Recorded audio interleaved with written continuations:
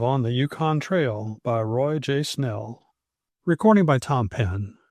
Chapter 1. The Whisper from Afar. Curlie Carson sat before an alcohol stove. Above and on all sides of him were the white walls of a tent. The constant bulging and sagging of these walls, the creak and snap of ropes, told that outside a gale was blowing. Beneath Curlie was a roll of deerskin, and beneath that was ice, a glacier, the Valdez Glacier. They were a half-day's journey from the city of Valdez. Straight up the frowning blue block wall of ice, they had made their way until darkness had closed in upon them, and a steep cliff of ice had appeared before them. In a corner of the tent, sprawled upon a deerskin sleeping bag, lay Joe Marion, Curlie's pal in other adventures. "Lucky we've got these sleeping bags," Joe drawled. "Even then I don't see how a fellow's gonna keep warm, sleeping right out here on the ice with the wind singing around under the tent." He shivered as he drew his mackinaw more closely about him. Curlie said nothing. If you have read the other book telling of Curlie's adventures, Curlie Carson Listens In, you scarcely need to be told that Curlie Carson is a boy employed by the United States Bureau of Secret Service of the Air, a boy who has the most perfect pair of radio ears of any person known to the service. In that other adventure, which had taken him on a wild chase over the ocean in a pleasure yacht, he had had many narrow escapes. But this new bit of service, which had been entrusted to him, promised to be even more exciting and hazardous. He had been sent in search of a man who apparently was bent on destroying the usefulness of the radiophone in Alaska, his particular desire seeming to be to imperil the life of Munson, a great Arctic explorer, by interrupting his radiophone messages. This man was known to be possessed of abundant resources, to be powerful and dangerous. He had a perfect knowledge of all matters pertaining to the radiophone, and was possessed of a splendidly equipped sending and receiving set. By moving this set about from place to place, he had succeeded in eluding every government operator sent out to silence him. Already he had done incalculable damage by breaking in upon government messages and upon private ones as well.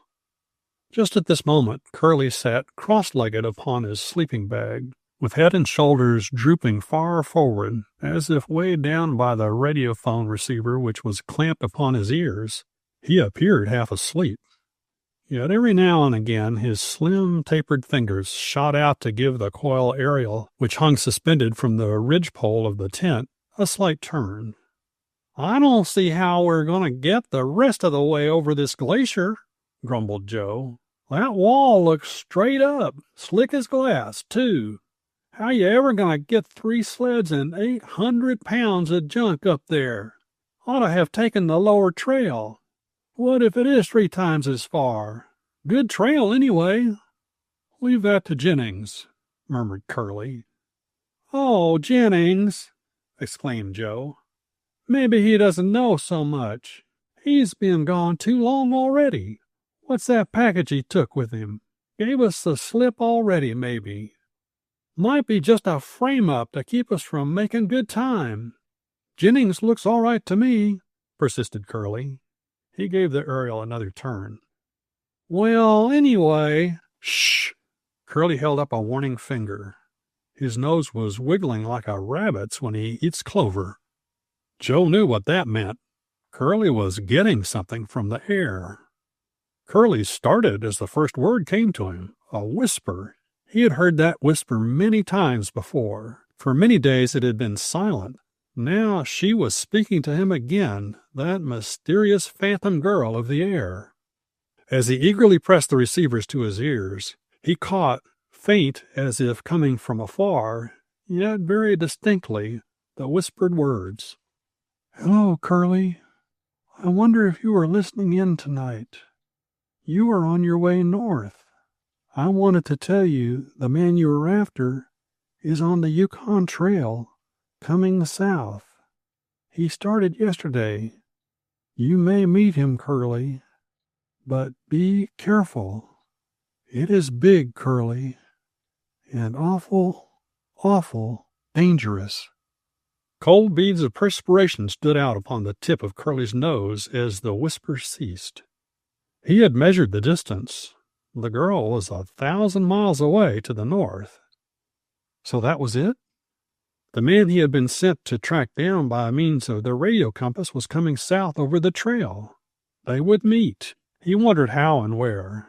There were wild, desolate stretches of tundra and forest on that trail, inhabited only by Indians and wolves. These offered fitting background for a tragedy. Whose tragedy would it be? We might wait for him, he mused. But no, that wouldn't do. He might turn back.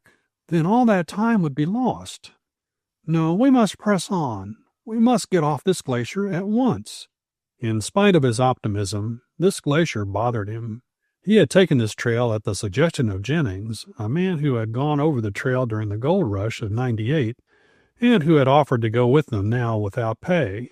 He had, as he expressed it, been called back by the lure of the north, and must answer the call. Curlie had decided to accept his assistance and advice. Now he wrinkled his brow and thought, had he made a mistake in the very beginning? Just then, as if in answer to his question, Jennings, a short, broad-shouldered person with keen, deep-set blue eyes and drooping mustache, parted the tent flaps and entered. What? Not turned in yet? His eyes showed surprise. Had to see that you got back safe, smiled Curlie. He made a mental note of the fact that Jennings had not brought back the package he had carried away. Only a light axe swung at his belt. Well, that's kind and thoughtful, said Jennings. But we better get into them sleeping bags pronto. Got a good stiff day tomorrow. Make good progress, too, or I'm no sourdough musher. 15 minutes later, Curlie, having buried himself deep in the hairy depths of his sleeping bag, had given himself over to a few moments of thought before the drowsy quiet of the tent lulled him to repose. The sleeping bags, in spite of Joe's forebodings, proved to be all that one might ask. With nothing but a square of canvas between his sleeping bag and the ice, and with the temperature of 30 below, clad only in his pajamas, Curlie felt quite as comfortable as he might have felt in his own bed back home. Wonderful thing, these bags, he thought dreamily. His thought about the future, the day just before him, was not quite so reassuring. They had come to ridges of ice on the surface of the glacier just at nightfall.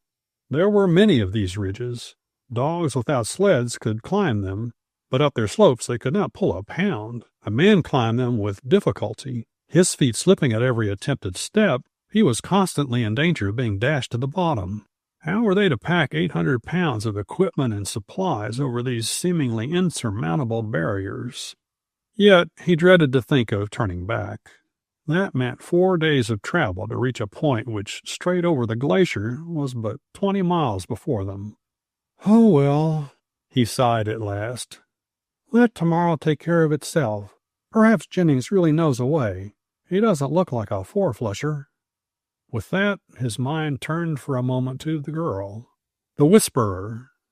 Though he had never seen her, he had come to think of this Whisperer as a real person, and indeed she must be, for times without number in the secret tower room back there in the city, in the wireless room on the yacht, in the tent on the trail, her whisper had come to him.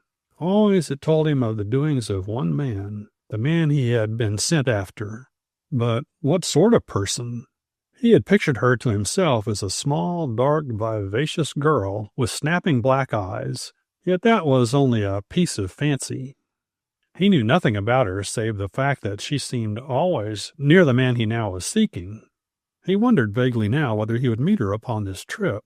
He tried to imagine the cabin, the lonely trail, or the deep forest of the north where he might meet her. Probably never will, he told himself at last. Probably will always be just a whisper. In the midst of his reverie, he fell asleep. Chapter 2. On Arctic Feathers. A tardy dawn had scarcely come creeping over the surface of the glacier when they broke camp. Having breakfasted heartily on sourdough flapjacks, warmed over baked beans, and coffee, they were ready for anything. "We'll sleep in a better bed tonight," remarked Jennings, as he rolled up the canvas floor to their tent and threw it on his sled. "Couldn't be warmer," said Curlie. "No, but softer." "Cheer-o!" shouted Joe. "That sounds good to me." "Now," said Jennings, producing from the depths of his pack 2 small double pulleys and a coil of rope, "the next thing is to get over the ridges. Have to use block and tackle." "That sounds all right," smiled Curlie. "But how are you going to hitch a block to a smooth surface of ice?" "Leave it to me," laughed the miner. "Between 4,000 and 5,000 of us went over this glacier in '98. Had mighty few dogs and pulled 1,400 pounds of outfit apiece, too. That was tough sledding. Didn't make 1,000 feet progress in a day sometimes. 3 of our crowd never did get over. Froze to death right here on the glacier. But I tell you," he exclaimed suddenly, "those were the days. Those were the men. It's always the bravest and the best that go first in a rush like that. The cheap, the idle, the crooked ones come later to live off the gains of those who dared much in the beginning." Having ended this little oration, he got down to business. "You boys string the rope through those blocks. When you get that done, throw me up one of the blocks. Here," he exclaimed, "better strap these on your shoes. They'll help you a lot." The things he threw at their feet were made of steel and leather. When they were strapped upon the soles of one's shoes, they transformed their plain, heavy, felt-lined shoes into something resembling baseball shoes. "Great stuff!" exclaimed Joe, driving the sharp steel barbs beneath the balls of his feet into the ice. "Couldn't slip in these if you tried to." A moment later they tossed one of the blocks into which the rope had been threaded up to Jennings on the icy ridge above. "All right," he sang out a moment later. "Hitch the other block to the sled and heave away." Much to the surprise of the boys, when they pulled at the rope, the block out of sight on the ridge above held firm, and the sled climbed slowly up the almost perpendicular bank. A moment later they saw Jennings drag the sled to a safe position on the icy perch. "How does he do it?" whispered Joe. "Got me," Curlie whispered back. "He surely couldn't hold it. Say not. Took both of us to haul it up, and we had the advantage of the blocks." "All right," came from above as a block glided back to them. "Let's have the next one." When the 3 sleds were upon the bench, and the dogs had been induced to follow, the boys climbed up, eager to discover the miner's secret. "Oh!" exclaimed Joe. "Only a stake in the ice. Who could have left it?" He was staring at a stout stake which stuck 10 inches above the surface of the ice. "Nobody. I put it there." Jennings smiled. Then, seeing their look of incredulity, he went on. "You'll remember I left the cabin last night with a package under my arm. Also, you will remember that I melted a bucket of snow water while supper was cooking. In the bundle there was nothing but stout stakes, a dozen of them. You'll find them up the glacier, all frozen in. All I had to do was chip a hole in the ice, then thrust in a stake. After that I filled the hole full of snow, then poured water over it. The snow and water froze together almost instantly, and here we have our stakes. We'll have lunch on the other side of the ridge, and tonight we'll sleep in a spruce forest. We shall then have gained a full 2 days on our journey. With the trail in its present condition, we could not have made the journey over the roundabout valley in less than 4 days, and even then we would have worn down our dogs." When, a few hours later, all the miners' prophecies had been fulfilled, and the boys were preparing the second night's camp, they were enthusiastic in their praise of their new-found friend. "Tonight," smiled the miner, "we will sleep on a bed of Arctic feathers." "Arctic feathers?" exclaimed Curlie in surprise. "What are they?" "Wait and see." Jennings studied the shapely spruce trees, which towered about them on every side. Then he allowed his eyes to wander over the surface of the earth's 2-foot-thick mantle of snow. "That's a good place." He pointed at a smooth spot which was surrounded by trees. "First we'll tramp down the snow. No need of shoveling it away. At once they set to work packing down a square of snow. "Might as well start right," said the miner. "We're going into a land of long nights. Fairly long now, but they'll get much longer. Get to be 20 hours. If we start making camp right, we'll have all the comforts of home." "There," he said at last. "Guess that'll do. Now we'll divide up the work and make the jobs regular.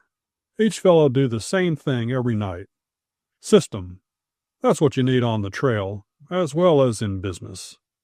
Turning to Joe, he said, "There's a likely-looking tree right there. Cut it down." "It won't burn. It's green." "Who said it would?" Joe grinned as he seized an axe to drive it into the thick bark of the tree. "There's a dead tree for you, Curlie," said the miner. "Get it down and cut it into wood for the Yukon stove." Turning to the camp kit, he was soon at work straightening out the tent, which had collected dampness from the previous night and was frozen stiff in spots. He spread it over their tent site and set it up as best he could. Then, crawling inside, he set up the sheet iron stove and started a fire. As the tent, warmed by the fire, began to soften, he gradually drew it into its accustomed shape. In the meantime, each boy had felled his tree and had trimmed it up. "Now, Joe," said the veteran camper, "cut your tree into lengths to go across each side of our tent and chop the first 6 inches of each end half off as if you were building a log house." When this had been accomplished, he assisted Joe in placing the poles in a square about the tent. He next drew the lower edges of the tent out over the logs and packed snow over them to the depth of several inches. After that, he spread a square of canvas as a floor to the tent. "There," he sighed at last. "Won't any air get into our tent tonight? Next thing is a lot of spruce boughs. Cut 'em right off and drag 'em inside."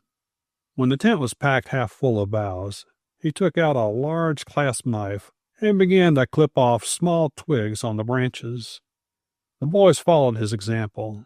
In a few moments the shorn branches were all outside the tent, and the canvas floor was buried 10 inches deep with spruce needles and fine twigs.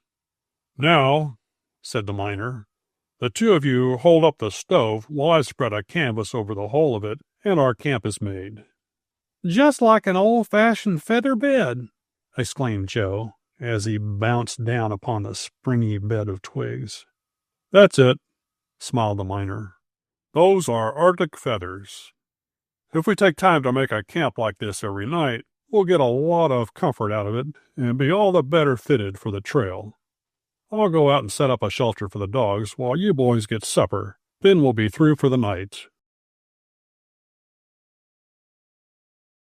Chapter 3. A Clue. After a hearty supper, Curlie brought forth his instruments and carefully wound his coil aerial. The miner watched him for a long time in silence. Having lived in out-of-the-way places, he had learned nothing of this wonderful new invention, the radiophone. "You don't mean to tell me," he broke forth at last, "that you can hear folks talk with just that outfit, no wires at all, and them 50 miles away?" "Yes," smiled Curlie. 500 miles, or 1,000 if you like. Almost any distance when conditions are right." Dropping back upon his sleeping bag, the miner watched with increasing interest. It was evident that he found the thing hard to believe, and that, at the same time, he did not wish to doubt the word of a boy who had never told him a lie. "Joe," said Curlie, "here's something brand new. I think it's going to help us a lot."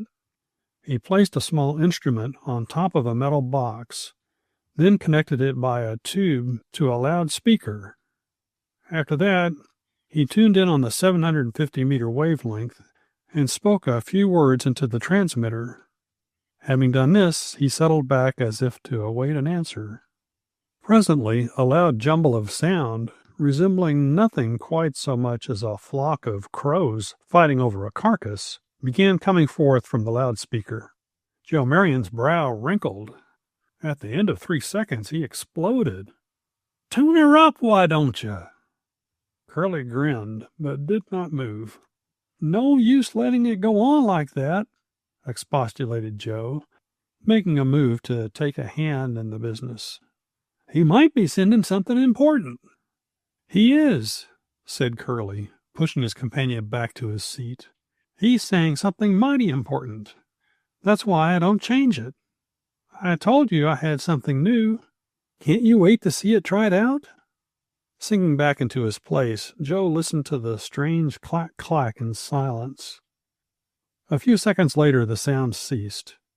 Quickly removing a small instrument and disconnecting the tube from the loudspeaker, Curlie tuned in on 350, and a moment later, they were listening to a concert which was being broadcasted somewhere on the Pacific coast.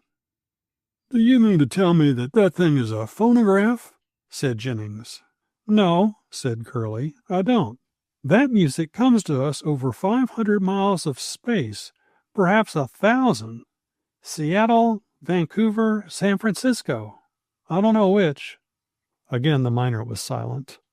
Removing a small disc from the instrument, which had produced the strange jumble of sounds, Curlie slipped it upon a second instrument, which resembled a small phonograph. "Now listen to this," he said to Joe, as he shut off the radiophone. From the phonograph-like instrument, there came first a grating sound, then, in a somewhat metallic but very distinct tone, "Valdez speaking. Your man is still active. Doing much damage in air. Last night interrupted an important U.S. Army order. Seemed nearer. Appears to be moving toward us. Location somewhere south of Fort Yukon. Advise speed and caution. NTS." "Well, now, what do you think of that?" exclaimed Joe. "I think," said Curlie, "that we have put one over on our old friend up north there, who persists in raising hob in the air. You see," he went on more soberly, "it's a very recent invention. You slip a little affair on your sending instrument, which tears your tones all into little bits and sends them out as so much mental mince pie. But this little instrument here straightens them out for the person at the other end and gives them to him just as they had been spoken. I feel sure that the man we are after does not possess one of these outfits. That means that we may speak with Valdez at any time without fear of detection. All that an outside party gets is a jumble of sounds. If we ever get separated on the trail, we may speak to one another in the same way. You have that small reserve sending and receiving set on your sled, and I'm going to give you a set of these new instruments. Once more," he smiled, "I want to state that it is my belief that if you keep your little radiophone dry and tuned up, it will help you out of any dangerous position." Had they known under what strange circumstances this belief would be tried in the days to come, and on this very trip, the two boys might not have laughed quite so merrily. As Curlie again threw on the radiophone, and they listened to jazz being broadcasted from Seattle. Joe, tired out from the day's struggle over the glacier, feeling the cozy warmth of the fire, stretched himself out on his sleeping bag and fell at once into a drowsy slumber. "Here," said Curlie, noting the eager manner in which Jennings listened to the bits of music and gossip which drifted in from the air. "You listen with this." He snapped a receiver over the miner's head. "I've got to shut off that loudspeaker. Want to listen in and see what I can catch." For a time he listened on short wavelengths for his friend the whisperer.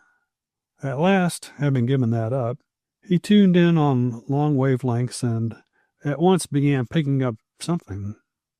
Having tuned his instrument accurately and adjusted his coil aerial, he succeeded in listening in a very satisfactory manner. "Big business," he whispered to himself. "Shouldn't wonder if that was a clue." It was indeed big business that was flashing through the air that night. It was the report of a government official, the announcement of the securing of sufficient evidence at Nome, Alaska, to convict a bold band of smugglers who had been carrying valuable jewels taken from rich families in Russia into America by way of Alaska. These smugglers had escaped detection for some time by traveling in native skin boats across Bering Straits. In some way, Curlie could hardly make out how, the great explorer Munson had been of some assistance to the government in bringing these men to justice. Because of this service, the government was instructing all its officials, especially wireless operators, to lend every assistance possible to Munson in his dash to the pole. "Don't see how a fellow 3,000 miles away can help an explorer reach the pole," Curlie told himself. "But I suppose there must be a way." His thoughts were cut short by an interruption to the message. Someone with a powerful sending set had cut loose into the air with his speaker. The result was utter bedlam of the air. Not one word could be recognized. "That's the man," Curlie breathed excitedly. "That's the fellow I'm after. Now for his location." His fingers moved rapidly from instrument to pencil and paper, then back to instrument again. There was a look of tense excitement on his face, such a look as comes upon a hunter as he sights a moose not 100 yards away. Curlie was a born hunter, a hunter of the air. He had got scent of a prey, a dangerous prey, and was at this moment hunting him down. "There," he breathed as the bedlam ceased, and he drew the receiver from his head. "I know where you are, at least. You're moving. I wonder if we'll meet, and when. I know what I'm going to say to you when we meet. Wonder if you know what you're going to say to me." Having packed his instruments away, he stretched himself out before the fire to think. Events were moving on apace. It looked as if his journey would be shorter than he had at first believed it would be. You never could tell, though. He thought for the 100th time of the whisperer, wondered who she really was and why her whisper had been missing tonight. At last, reaching over to Joe, he shook him into wakefulness and told him to turn in. Having undressed, he slipped on a suit of pajamas, crept into his sleeping bag, and was soon fast asleep. Chapter 4. Joe Missing. Curlie Carson was worried. As he sat on his rolled-up sleeping bag in the tent, which had been set with the usual care for a night's comfort, his fingers drummed incessantly on the box which held his 3-stage amplifier, while he muttered every now and again, "Wish he'd come. I don't like the looks of it. What's keeping him? That's what I'd like to know." Joe was 3 hours overdue. After many days of travel, they had made their way far into the interior of Alaska, well away toward the Yukon. Day by day they had broken trail for their dogs, and day by day moved forward. At first the trail had been hard-packed from many dog teams passing from village to village, but as they pushed further and further into the wilderness, these villages had vanished. Towns that were towns only in name greeted them now as they advanced. An Indian hovel here, the shack of a long-bearded patriarch of a miner there. That was all. Snow had fallen in abundance. They were obliged to break every foot of trail before their dog teams.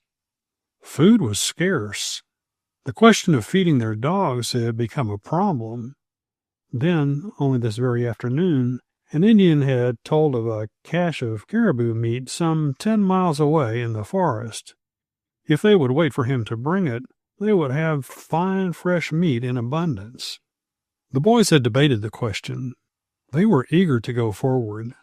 A whispered message of the night before had led them to believe that their quest was nearing its end, that the man they sought was not far before them on the trail. Yet the dogs must be fed. It had been decided at last that Joe Marion, with an all but empty sled, should await the supply of meat, while the others pressed on, breaking the trail until near nightfall, when they would make camp and await his arrival. Curlie and Jennings had carried out their part of the program, but when he should have arrived, Joe had not appeared, rounding the clump of spruce trees to the south of them. After an hour of anxious waiting, Jennings, taking his rifle, had gone out to search for him. "May have lost his way," he had commented. Curlie had remained to listen in on the radio phone. Joe carried with him, attached to his sled, a complete sending and receiving set. In time of trouble, the first thing he would think of would be getting off a radiophone message to his companions. "Ought to be getting something," Curlie mumbled. "I wonder what could have happened. I wonder—" He paused for reflection. Night by night, as he sat upon his sleeping bag, listening in, strange messages had come to him from the sky. Now the rude interference of the unknown man who had been tearing up the traffic of the air told Curlie that they were coming closer to one another.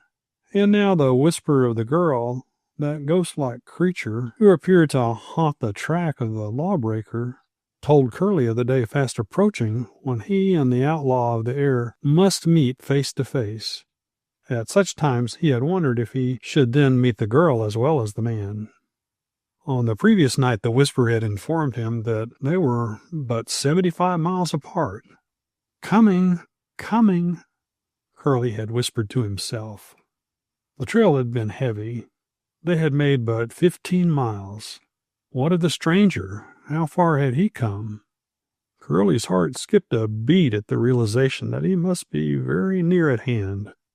At the same time, there came a disturbing question. Had this man of evil intentions somehow stolen a march on them? Had he been in league with the Indian, who had claimed to possess a supply of caribou meat? Had this been but a ruse to get them separated? "Well, if it was, it's been a complete success," he exclaimed. "3 of us, and not one of us knows where the others are." Turning, he reached for a box magazine rifle. After examining the clip in the chamber, he slipped 3 other loaded ones in his pockets. "You can never tell," he whispered. "You sure cannot." A great silence hovered over the forest which bounded the banks of the Tanana River. Such silences existed in these Arctic wilds as Curlie had never before experienced. "Fairly spooky," he whispered to himself. "Wish I could hear something. Wind in the treetops, even. But there's not a breath." The forest lay all about him. Everywhere the ground was buried in 2 feet of snow. Muffled footsteps might at this moment be approaching the camp. At last, unable to bear it any longer, he snapped off the radiophone for a moment to adjust a smaller set and tune it to 200, the wavelength he and Joe had agreed to use if in distress. When this smaller set had been called into action, he tuned the larger set to longer wavelengths. He hoped to catch some sound from the air which might relieve the awful silence. "Wonderful thing, this radiophone," he told himself. "A great boon to the Arctic. Think of the trader, the trapper, the gold hunter alone in his cabin, tired of the sound of his own voice and that of his dog. Think of being able to tune in on his radio and bring down snatches of song, of instrumental music, and of ordinary conversation, right out of the air. Some young girl sending her lover a good-night kiss, for instance." He chuckled to himself. But he paused abruptly. He was getting something on the long wavelengths. Faint, indistinct at first, came the message. Yet he caught it clearly. His nerves tingled as he listened. It was Munson, the great Arctic explorer. He was attempting to inform the outside world, especially the men who had financed his expedition, of his plans. He had established a large supply station on Flaxman Island. Then he had pushed fearlessly out through the floes toward the pole. His ship was strongly built, with an extra covering of ironwood on its keel. Its engines were powerful. He would go as far as the steamer would carry him. Then he would hop off on an airplane and attempt the pole. He was supplied with 3 airplanes. In these, if his ship should be wrecked, he would be able to carry his entire company and crew to the supply house on Flaxman Island. This brief report was followed by a personal message to his wife. Then the air was once more clear. The old monotonous silence settled down upon Curlie's little world. During all the time he had listened in, his fingers had been flying across a sheet of paper. He had written down the message. It was within the realm of possibility that he was the only operator who had got it. In that case, it would be his duty to relay it to those for whom it was intended. During all this time, one question had been revolving in his mind. Why had not the man he sought, the outlaw of the air, broken in on this message? He had been informed that this man had taken delight in breaking up Munson's communications. Why, then, this silence? Could it be that he himself was out scouting around, trying to ambush Joe and Jennings, and in time even Curlie himself? Or was he merely afraid of being detected at this time? Possibly, said Curlie to himself. There was something about that message which interested him. In that case, he would want to hear to the end. Suddenly his hand made a clutch at his rifle. What was that? Had he caught the sound of a footstep, or was it merely a white owl flapping his wings? He sat there listening, scarcely breathing, awaiting he hardly knew what. And at this moment, on the 200-meter wavelengths, a message came to his waiting ears. Chapter 5. Dangerous Business. The Indian who had promised to provide the boys with caribou meat had not deceived them. At the appointed hour he had returned with an abundant supply. In his eagerness to secure provisions for a long lap of the journey, Joe had piled his sled high with meat. In doing this he had made a mistake, but this he did not know at the time. Having paid the Indian, he lashed his rifle to the top of the load and, shouting to his dogs, went racing away after his companions. The short day was nearing its close when, on passing a turn in the trail, Joe found himself swinging out of the forest into an open stretch of wild meadow. He had hardly made 100 rods of this open trail when he heard a sharp howl which came from the edge of the forest. "Wolves!" he muttered. "Caught the scent of this meat. Indians say it's been a bad winter for wolves. Starving, I guess. Well, we'll show those boys our heels." Reaching out to the sled as he traveled forward, he unlashed his rifle and threw it across his arm. As he did so, he caught his breath. There were, he suddenly remembered, but 4 cartridges in the rifle, and none on the sled. Their supply of ammunition was on Curlie's sled. Shouting at the dogs, he gripped the handle of the sled with one hand and, with rifle poised in the other, went pit-patting along over the trail. He had reached the center of the open space and was hoping to arrive at the forest soon and find the others encamped there, when tragedy suddenly descended upon him. A dull crash was followed by a sickening thud. The sled, having been twisted sideways in crossing a dry ravine, had crumpled down. Springing forward, the boy found that all the lashings and braces of one runner were torn away. "Smashed beyond repair," he muttered. "Now how am I going to get that meat to camp?" He thought of unhitching the dogs and of clinging to the main draw rope as he raced away to his friends for aid. This thought was speedily banished when a dismal, long-drawn howl came from the edge of the forest. "Wolves," he muttered. "They'd eat it all." He thought of making the canvas covering of his pack into an improvised sled and placing the meat upon it, of hitching the dogs to that. "Don't believe they could haul it," he decided. "The trail's too narrow. Snow on sides is too deep." Again there came the dismal howl. This time it was followed by a yap, yap, yap. To the boy's consternation, this yapping was answered from a dozen points at once. A lot of them out there.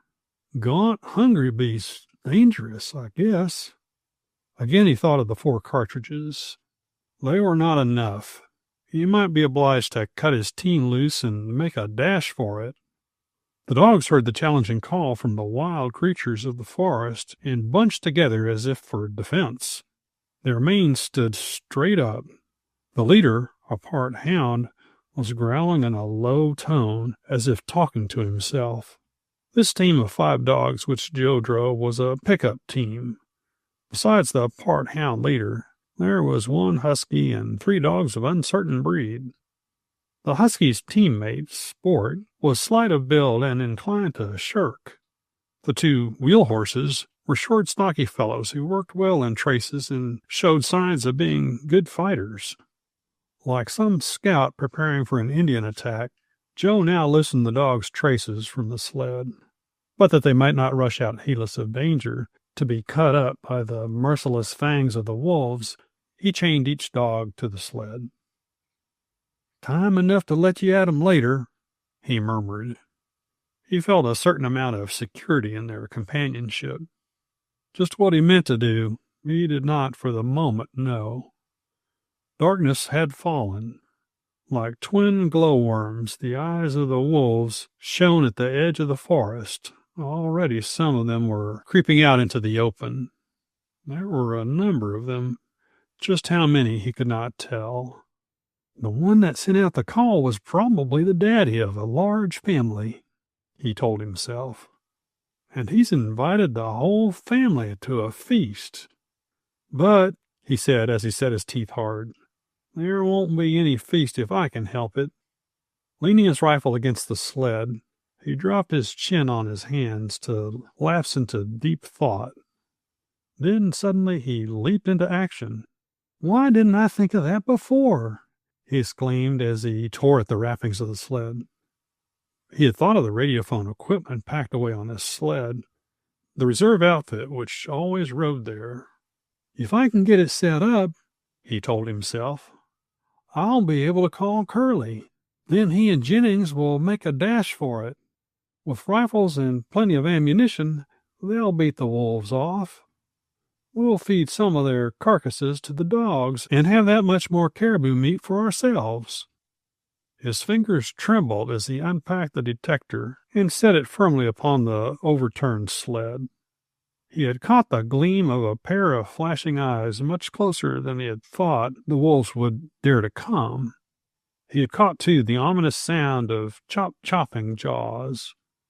Pete, the husky, was kayaking and straining at the chain. Major, the dog who always guarded the sled at night, was sending forth a low, rumbling challenge. As Joe set his amplifier into position, he sent a flash of light from his electric torch full upon one of the gray beasts. The wolf, recoiling as if shot by a rifle, doubled into a heap, then sprang, snarling, away. Joe laughed at this wild demonstration of fear. The next instant his face sobered. He was surprised at the size of those timber wolves and at their gauntness. "Starved to skin and bones. Ready for anything," he muttered grimly as he set 2 jointed poles straight up in the snow. From the top of these poles hung suspended his coil aerial. There remained but to connect the batteries. He was bent over the sled, intent upon making these connections secure, when he was startled by a mad chop of jaws directly behind him. The next instant there was a wild whirring of legs and fur as Major engaged a wolf in combat. Snatching his rifle, Joe stood ready to do deadly execution once the combatants separated. "But only 4 cartridges," he breathed, "and my call for help not yet sent." His heart sank. Chapter 6. The Battle Cry. Even hampered as he was by the chain attached to his collar, the faithful old watchdog was more than a match for his lighter opponent. Over and over they tumbled. Twice the chain, tangling about the wolf's legs, seemed about to make him prisoner. At last, with a savage onslaught, Major leaped clean at the enemy's throat. There followed a gurgling cough. For a second, the end seemed at hand, But the next instant, Major's teeth lost their grip. The wolf, feeling himself free, and having had quite enough, slunk away into the shadows. "Might as well let him go," was the boy's mental comment. "He's well licked. He'll not want to come back. Save my shots for those who mix in next." In this, perhaps, he made a mistake.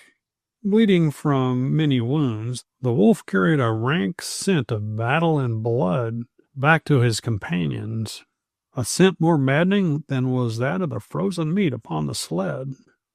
Hardly had he disappeared into the darkness than there arose from out of the darkness a war song such as Joe had never before given ear to, a song that made his blood run cold. "Not a second to lose," he exclaimed as he snapped the receiver over his head, threw on the switch, and pressed his lips to the transmitter. He was talking on 200. "Hello, hello, Curlie, you hear? Wolves, 6 miles from Indian shack. Sled broken. Must fight for life. Got 4 shots. Bring rifles. Come quick." Eagerly he pressed the receivers to his ears. Wildly his heart beat. It was a tense moment. Would Curlie be listening in on 200? Would the message carry? Would he respond? After a moment had elapsed, with the gleam of eyes coming ever closer, he repeated his message. Again he pressed the receivers to his ears. "He won't hear," he muttered, half in despair. "Have to make a dash for it. Meat might save us, might satisfy them, but they're mad with the smell of fresh food. They're—" A voice boomed in his ear. It was Curlie. "Coming!" he roared. "Hold fast!" "Ah!" Joe breathed as he snatched the receiver from his head and clutched at his rifle. "That's better." Even as he said it, a flash from his electric torch caught a huge fellow, the leader of the pack, all but upon them. Like the other, he doubled up and leaped away, but this only made the boy understand that his position was still perilous. Curlie had not told him how far he was away. "Must be at least 5 miles," he groaned. "Take him a half hour. Major, old boy, you think we can hold 'em?" The answer from the dog was a low, rumbling growl. There was a deal of comfort to be obtained from that growl. Heretofore, Joe had thought of these sled dogs as mere beasts of burden, thought of them as he might have thought of horses or mules on the flat, sleepy, safe prairies of the Mississippi Valley. Now he found himself regarding them as friends, as fellow warriors engaged in a common business, the business of protecting their lives against the onrush of the enemy. "Some dogs you are," he murmured gratefully. "You not only pull a fellow's load for him, but in time of danger, you turn in and fight for him." He knew that if he came out of this combat alive, he would always cherish a feeling of loyal friendship for these 5 companions in combat. It was a tense moment. They were in a tight place.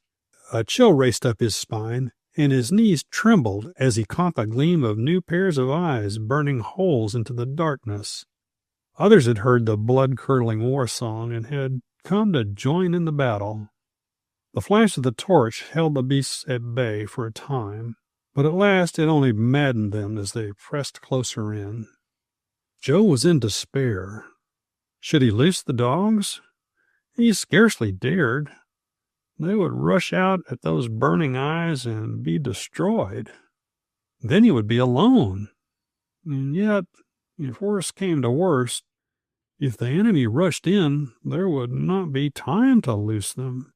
And chained as they were, the dogs would fight at a disadvantage. In the meantime, Curlie Carson was bounding over the trail. Now he had covered a mile, now 2, now 3. There were 3 miles more. Panting, perspiring, staggering forward, now tripping over a snow-covered bush, and now falling over a log, he struggled on. He He can't make it, Joe all but sobbed as he counted the moments. Oh, here they come. There was time only to loose the chain of Major before 3 gray streaks leaped at them. Major met one and downed him. Ginger, the hound leader, chained as he was, grappled with a second. The third leaped at the boy's throat. Just in time he threw up the rifle barrel. Gripped in both his hands, it stopped the beast. Kicking out with his right foot, he sent him sprawling. The next instant the rifle cracked. 1 shot gone, but an enemy accounted for. A fourth wolf sprang upon the gentle, inoffensive sport and bore him into the snow. Leaping upon the sled, Joe stood ready to sell his life as dearly as he might.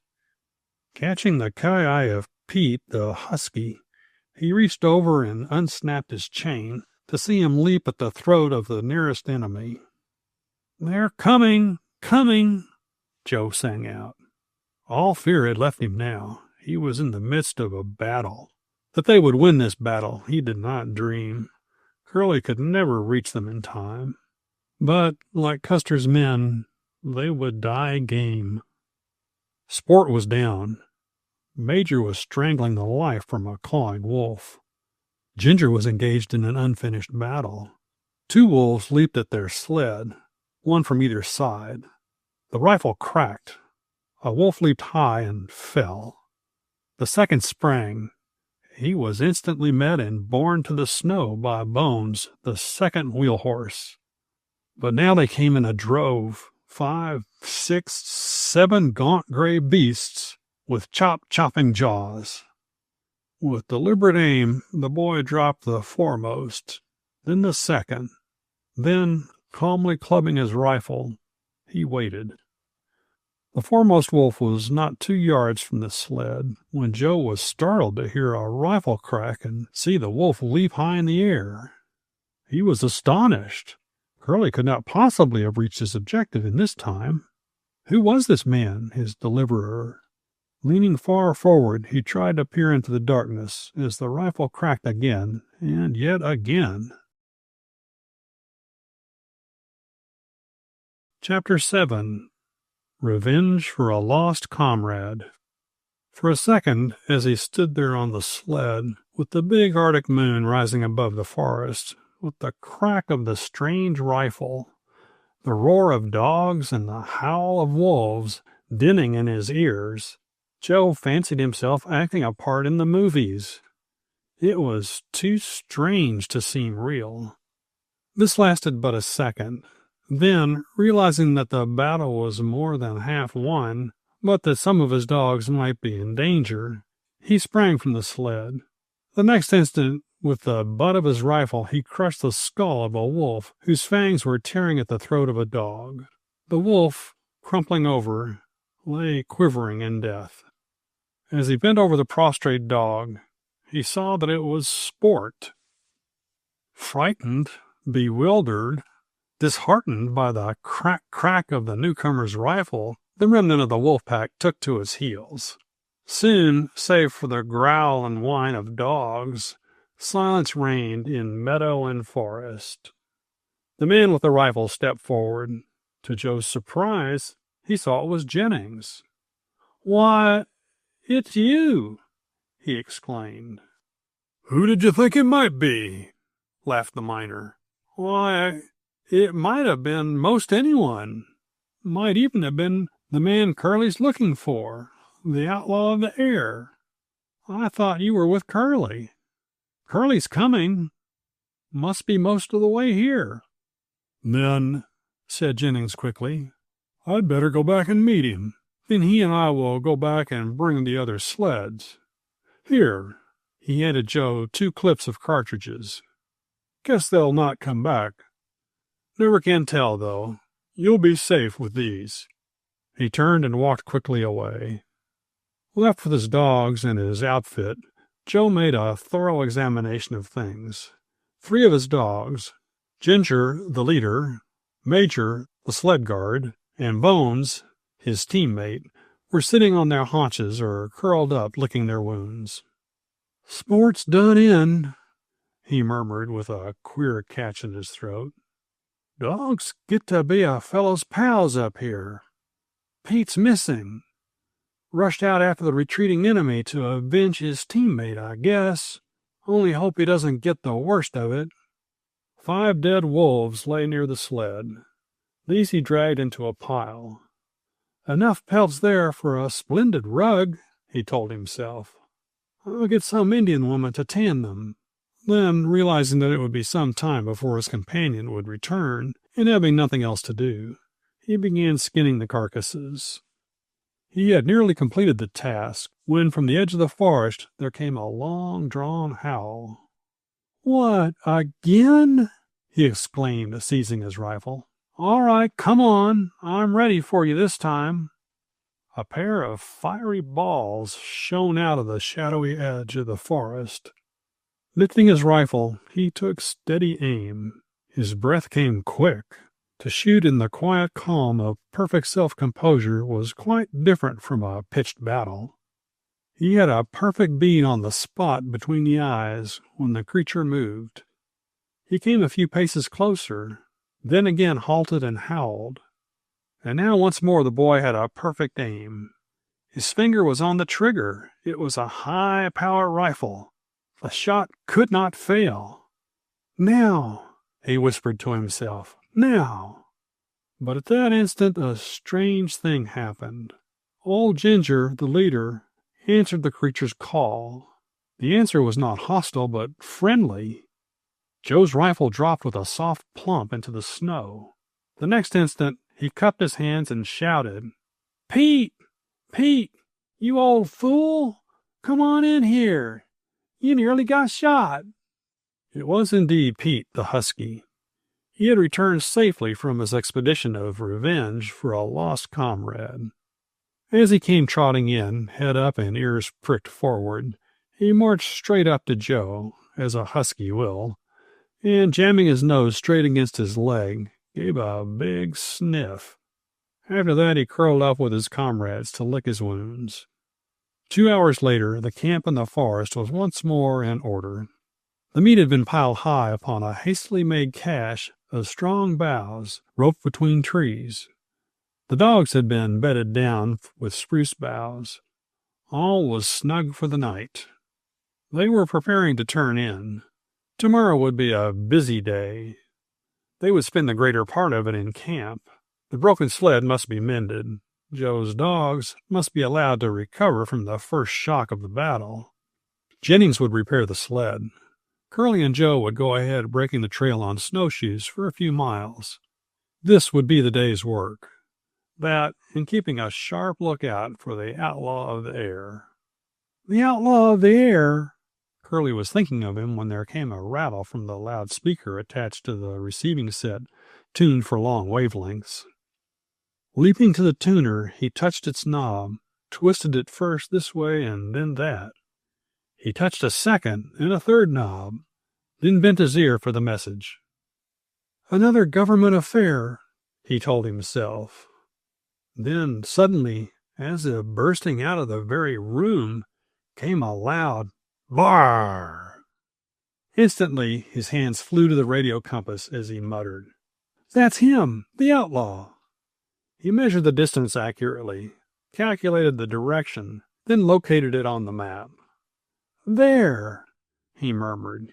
He's right there. Not 40 miles. A little off the trail, for safety from discovery, I suppose. Camp there for the night. By a forced march, we could reach that spot before nightfall tomorrow. Question is, shall we do it? Throwing on his coat, he went out of the tent. There for 10 minutes he bathed his temples, throbbing with excitement, in the cold night air. Pacing up and down on the narrow trail, he debated the problem. If we try to steal upon him, he may discover us first and elude us, he told himself. If he does that, probably we can't catch him, for his dogs will be fresher than ours. If we wait for him here, he may take some Indian trail which cuts around this point, and we may never see him. So there it is. It was a difficult decision, but much quiet thinking led him to believe that there was more to be gained by waiting than by moving. They ought not break trail beyond the point where they now were. That would give the man warning. Early in the morning, he would send Joe exploring across trail for any other trail that might pass close to this one. They would move camp to a position a few yards off trail in the forest. Then he would set a watch. Instinctively, as he entered the tent, he examined a clip of cartridges in his rifle. "Not looking for him tonight, are you?" grinned Joe. "No, not looking for him, but you never can tell," said Curlie soberly. "Think it's necessary to set a watch?" "No, that dog that guards your sled, old Major, is watch enough. He'll let us know if anyone comes down the trail. And even if they should attempt to escape us, they couldn't do it. Not with two of our teams in prime condition." Chapter 8. A Watch at the Side of the Trail. Early next morning, Curlie established himself in the midst of a thick clump of young pine trees, where he could keep a constant watch on the trail and not be seen by anyone approaching. He had dragged into the clump a number of spruce boughs. On these he sat. On one side of him was his smaller radiophone receiving set, and on the other his rifle. The receiver of the radiophone was clamped over his ears, beneath his cap. This day he was to be a detective of the earth as well as of the air. The camp had been moved well back from the trail, where, without danger of being heard, Jennings could work upon the broken sled. Whether their quarry were caught in their trap this day or not, they must be prepared to travel on the morrow. As he sat there, with his eyes moving up and down the trail, he thought of the adventures his calling as a Secret Service man of the air had brought him. He recalled those wild hours on the tossing sea when death appeared so near that it seemed almost to beckon. He thought of the girl, Gladys Ardmore, who had behaved so bravely on that night. He wondered what she might be doing at that moment. Then his mind carried him back to the adventure which appeared to be just before him. The man he was seeking had repeatedly broken all the laws of the air. He was subject not only to heavy fines, but also to long years of imprisonment. That he would fight and willingly commit murder to escape punishment, Curlie did not doubt. Yet here was Curlie, ready and willing to attempt to stop him in his mad career. "One does not do such a thing for himself," he reasoned. "He does it for the good of others. Here in Alaska are thousands of lonely people who can be cheered by music, stories, and speeches broadcasted over thousands of miles. Yet a few outlaws of the air can spoil all that. It is the duty of some of us to see that they do not do it. There are matters of even greater importance. A miner lost on the tundra, snow-blind and all but hopeless, can, if he has a small radiophone set, send out a call for aid. From a large station, this message may be picked up. He may be located and his life saved. Even the great explorer Munson may need some such assistance." Had he known how prophetic this last thought was, and how much he was to have to do with the explorer, who was at that moment more than 2,000 miles away on a ship beset by the perpetual ice of the Arctic, he would have been startled. As it was, his mind turned to the mystery that always surrounds true adventure. He recalled the words of an old friend. "Adventure, true adventure, like fame, does not come to those who seek it. It comes unbeckoned and unannounced. Oh, yes, you can blunder about and get into all kinds of scrapes, which really do not mean anything to yourself nor to anyone else, but that is not adventure. You may even succeed in getting yourself killed without experiencing an adventure. You'll know an adventure when you see it, when, with no willing of your own, but following the plain lead of duty, you feel yourself going into something as dark and mysterious as an unexplored cave. When your heart beats madly, your knees tremble and your tongue clings to the roof of your mouth, yet you go straight on because you know that duty leads you. Then you may be sure that you are about to enter upon a genuine adventure." As Curlie recalled those words, he wondered whether or not, before the day was done, he would find himself entering upon a true adventure. Would his quarry, the outlaw of the air, come down the trail? The day wore on. Noon came. He ate a frozen lunch. The sun sank lower and lower. His vigil did not relax, but he began to lose faith in his plan. "Joe said he would come and tell me if he found other trails," he told himself. "The outlaw can't have gone round us. Where can he be? If we've missed him, well, anyway, he can't escape us. They'll take him when he enters Valdez." And yet, as he thought it through, he was not so sure of it. The man was utterly unknown. Not one person who was in any way interested in his capture had ever seen him. Hundreds of strange men drifted in and out of the seaport city of Valdez every day. How then was anyone to put his hand on any one of them and say, "This is the man"? He was interrupted in these disconcerting reflections by a sound in his receiver. It was a whisper. The whisper. "Hello, hello, Curlie," it said. "Hello, are you there? Do you hear me? I have something important, dreadfully important, to say. The man you want, has turned back. Went 40 miles today. Now he is camped. So you see, you did not get him, did you, Curlie? I am sorry, Curlie, extremely sorry, for he goes fast, very, very fast. You cannot catch him, can you, Curlie? So, goodbye." As the sound ceased, Curlie leaped to his feet. His fists were clenched. Through his tight-set teeth he hissed, "I can catch him. I can, and I will." Hastily gathering up his equipment and his rifle, he hurried away at once to break the news to his companions. Strange to say, in all this time it had never occurred to him to doubt the truth of the whisperer's message, nor to question her sincerity in wishing him well or in desiring to assist him. And yet she had been playing a very artful game of hide-and-seek in the air with him for many weeks. And in all that time, except perhaps that time in the hotel window, told about in Curlie Carson Listens In, he had not caught one single glimpse of her. He had heard her whisper, that was all. Can one judge a person's character by the quality of his whisper? Well, that's the question. Chapter 9. Who is this whisperer?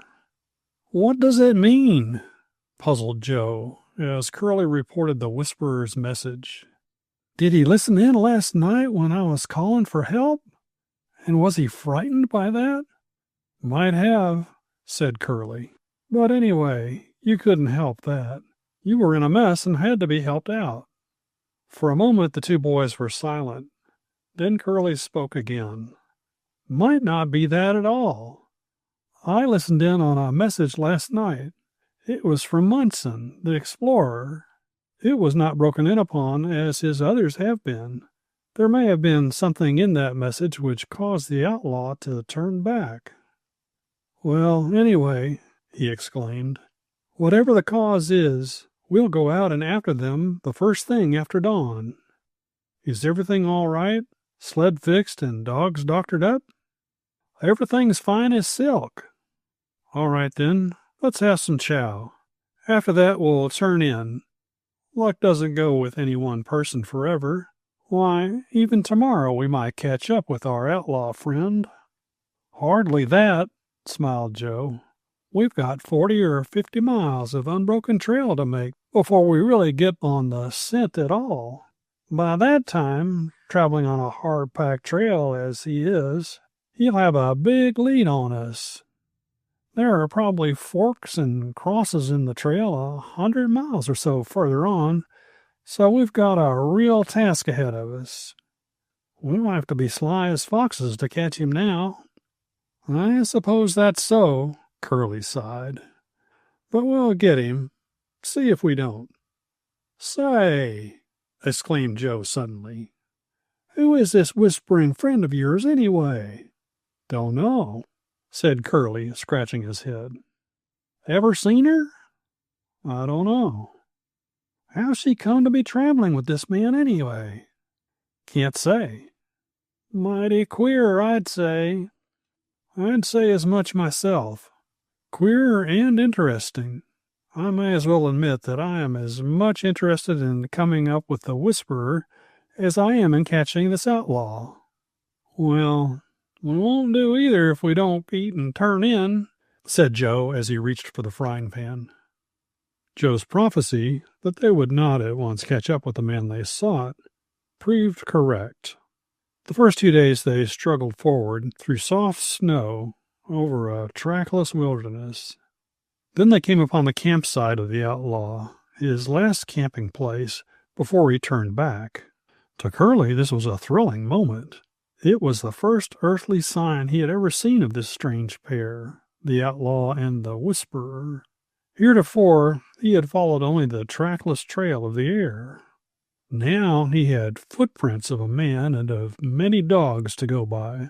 The mark of the camp, though 3 days old, was as fresh as if it had been abandoned but 2 hours before.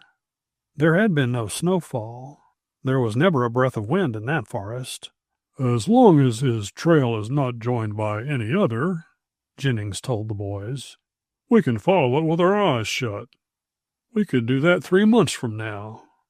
There might be 4 feet of snowfall, but on top of it all, there would be the depression made of the first 2 feet of snow. There's never any wind to move the snow about, so there's your trail, carved in the snow, permanent as marble till the spring thaw comes. But when he comes to the Yukon River Trail, suggested Curlie. Well, that's going to be harder. The miner wrinkled his brow. But we'll find a way to track him. The way he hitches his dogs, track of his sled. There's always something if you are sharp enough to see it. Curlie examined the marks of the camp very carefully. It was evident that the man knew as much about making an Arctic camp as did Jennings. The square made by the tent floor showed that he had spread down a canvas floor, and the heap of spruce twigs tossed all about told that he had bedded the place down before he spread out his blankets or sleeping bags. 2 teams, was Jennings' comment, and 8 or 9 dogs to the team. Fine big fellows, too. Shouldn't wonder if they were Siberian wolfhounds. One thing Curlie made a secret search for: footprints. There were enough of one sort. The broad marks of a man's foot, clad in moccasins or Eskimo skin boots, were everywhere present. What he sought was the mark of a smaller foot, a much smaller foot, the foot of the Whisperer. But though he examined every square yard of trampled ground around the camp, and though he ran ahead of the dogs for 2 miles after resuming the trail, he saw no trace of a woman's footprint. Looks like he drove one dog team and led the other, he told himself. Looks as if... For the first time he began to doubt the existence of the Whisperer. Can it be, he asked himself, that the outlaw and the Whisperer are one? Does he change his voice and pretend to give me tips when he is in reality only leading me on? In his mind he went back over the times when the Whisperer had broken in on the silence of the night.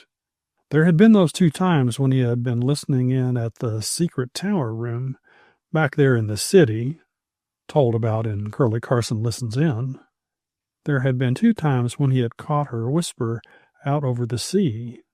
That time, he told himself, she told me he had gone north. Why should this man keep me informed of his own doings? He ought to know that I'd report it, that someone would follow him if I didn't. No, he told himself, There must be a real whisperer. The girl must exist. She's somewhere up there on the trail ahead of us. And yet, he reasoned, if she is there, where are her tracks? Again, he began convincing himself that she did not exist, that it was all a hoax invented by the mind of this clever outlaw. The more he thought of it, the more sure he became that this was true. The more sure he became of it, the more his anger grew.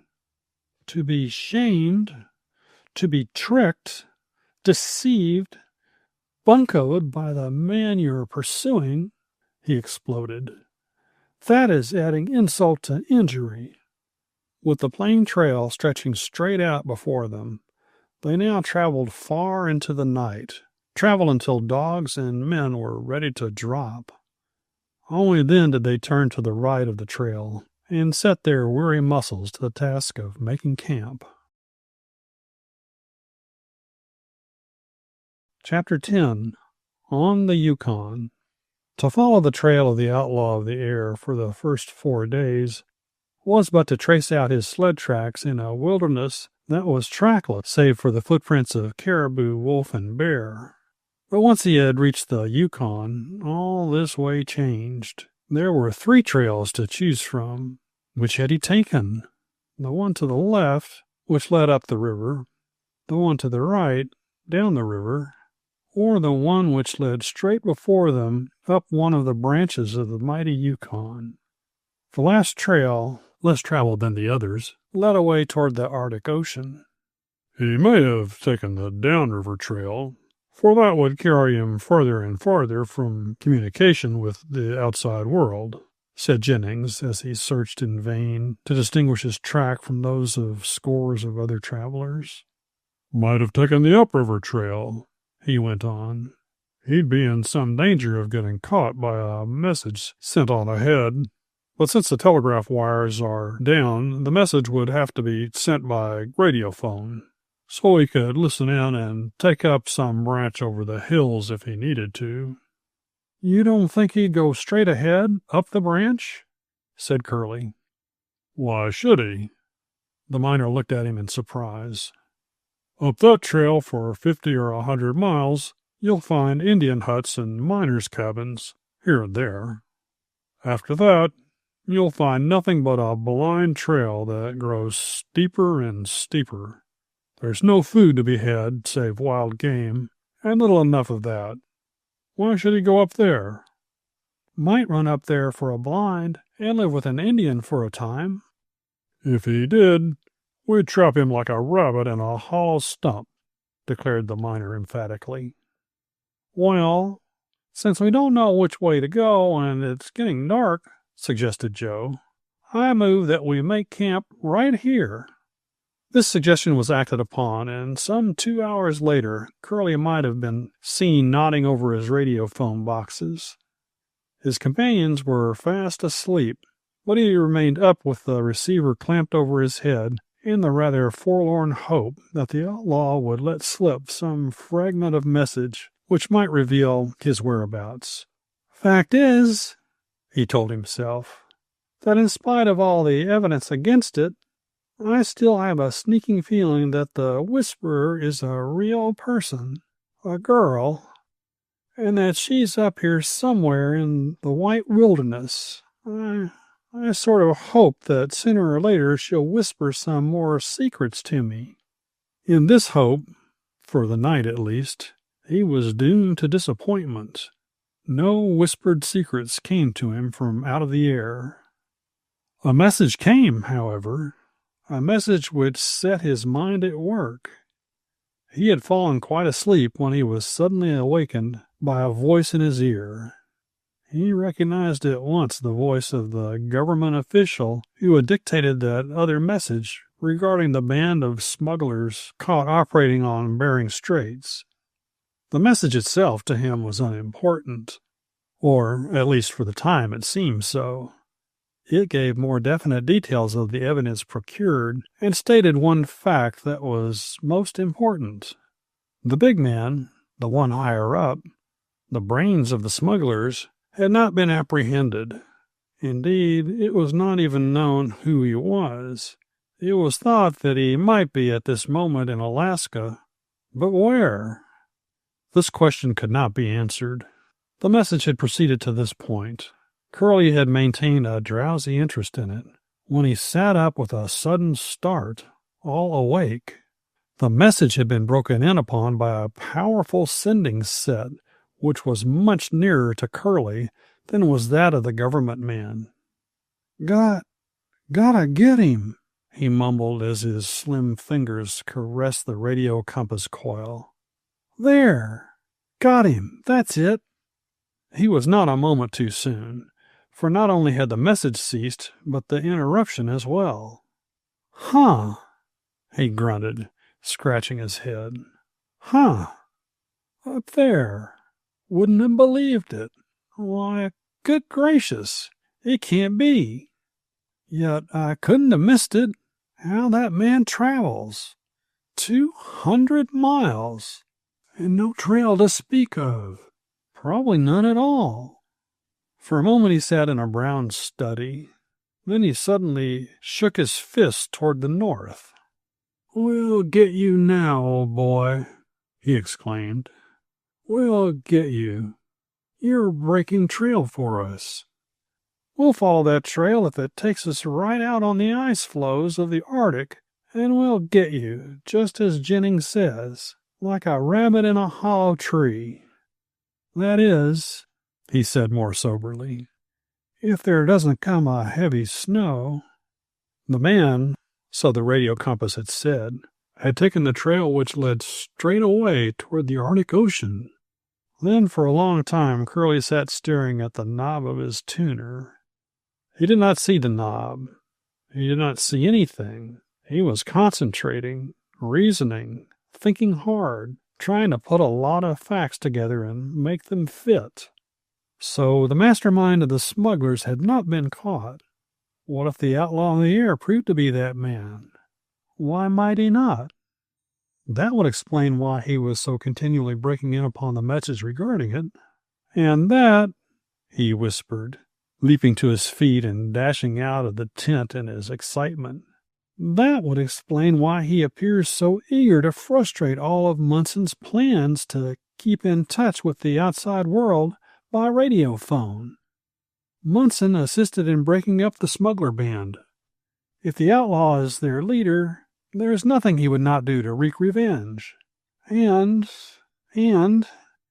he breathed hard because of the thoughts that came trooping into his mind, that might explain the man's change of plans. The very night that Munson sent his message telling of his supply of food on the shore of the ocean, this outlaw, who probably listened in, turned about and started straight north to where? Dashing back into the tent, he unfolded a map. For a moment, with strained attention, he studied it. When he straightened up, it was to whisper, Yes, sir, that's it. Flaxman Island. His present course will bring him straight to Flaxman Island and Munson's food supply. He sat down again. Now, he asked himself, once he arrives there, what will he do? Will he winter there, living upon the explorer's supplies and thus saving himself from prison? Or will he, out of revenge, destroy the supplies? If he stays and lives on the supplies, what will happen if Munson comes ashore with his band?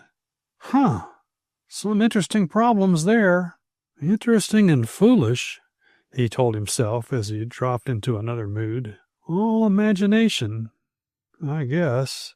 Suppose there's nothing to it.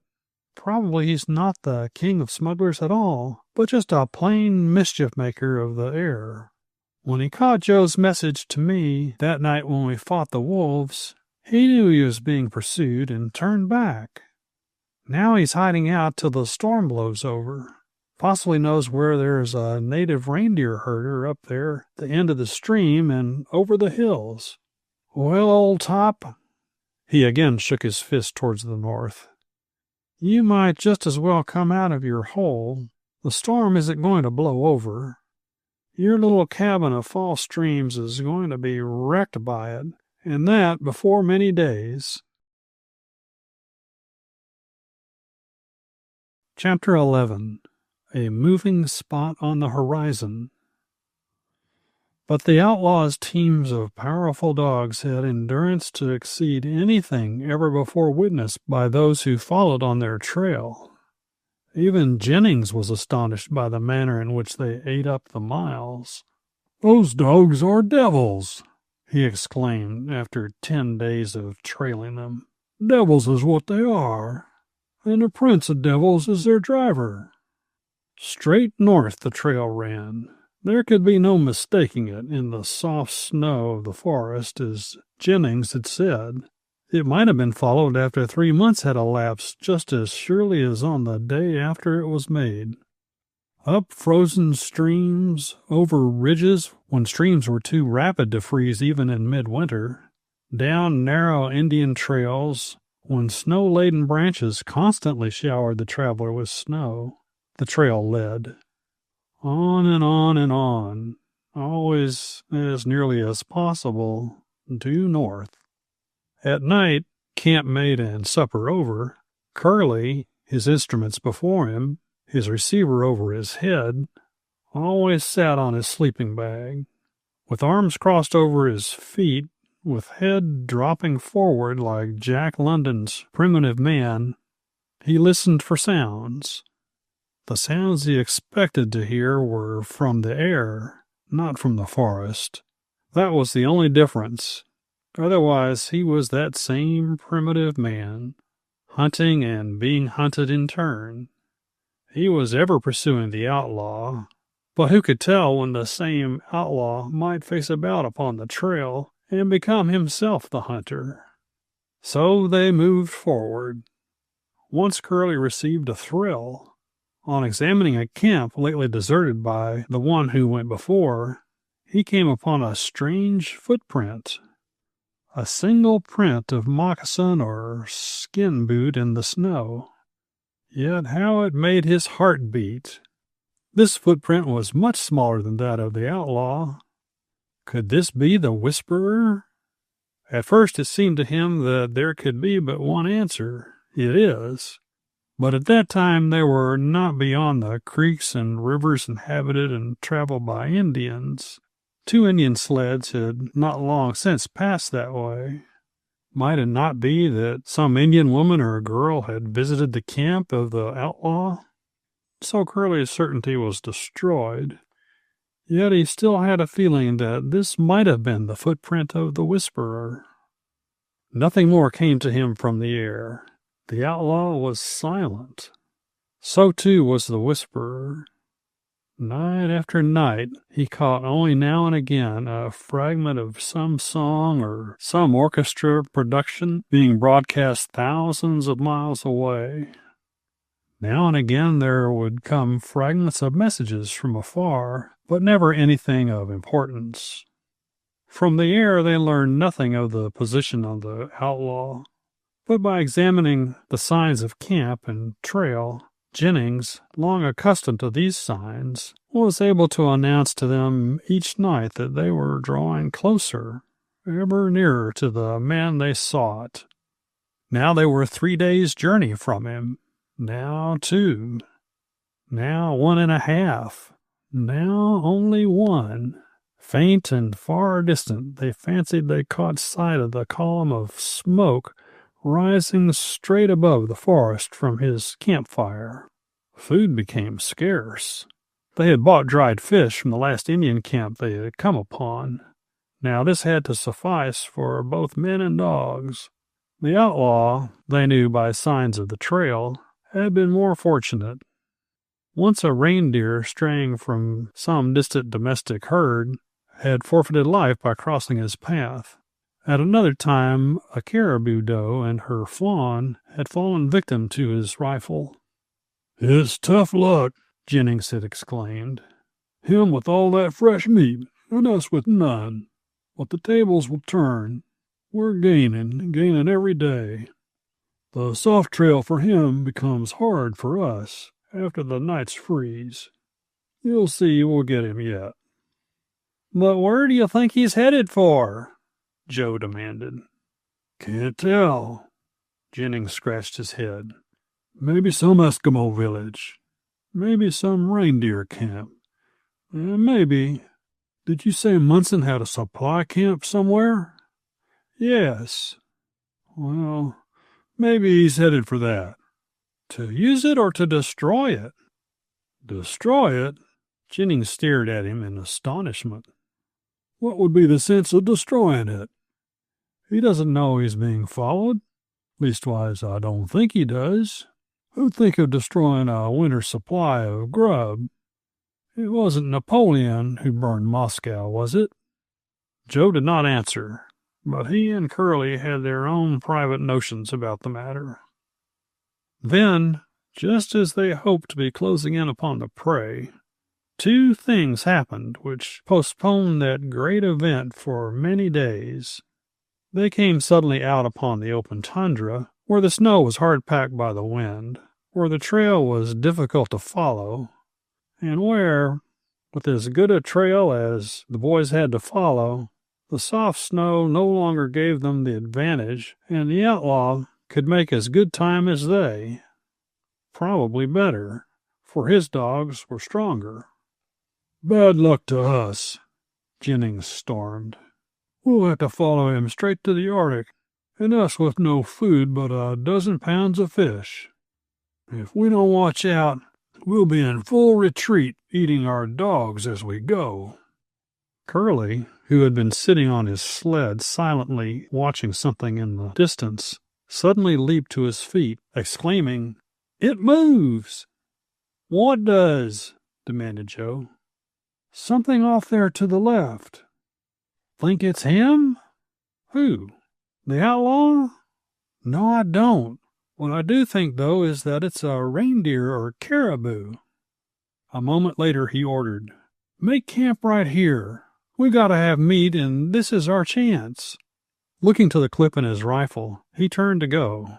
Then, after a second's reflection, he turned back, partly unpacked the sled, and having dragged out a strange-looking belt, buckled it on beneath his mackinaw.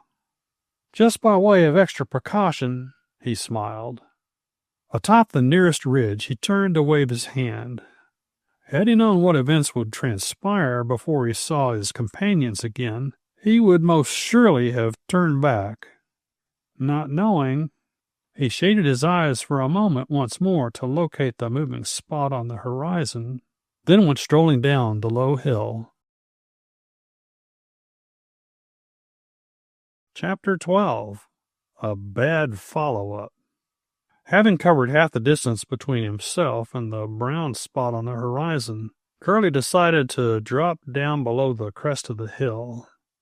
By going up a narrow ravine for a half-mile, then creeping over the ridge and following down the bend of a second ravine, he would, he was sure, come out close to the feeding animal, quite close enough for a shot. Stealthily he carried out his plans. When at last he reached the end of this little journey and, with finger on the trigger, slowly rose from the ground where he had been creeping for the last 100 yards, he was so surprised that for a second he felt paralyzed. There, not 20 yards away, with his back to the boy, feeding like some contented, domesticated creature in a pasture, stood as fine a buck caribou as one might ask to see. The wind being away from him and toward the boy, he had neither smelled, heard, nor seen Curlie.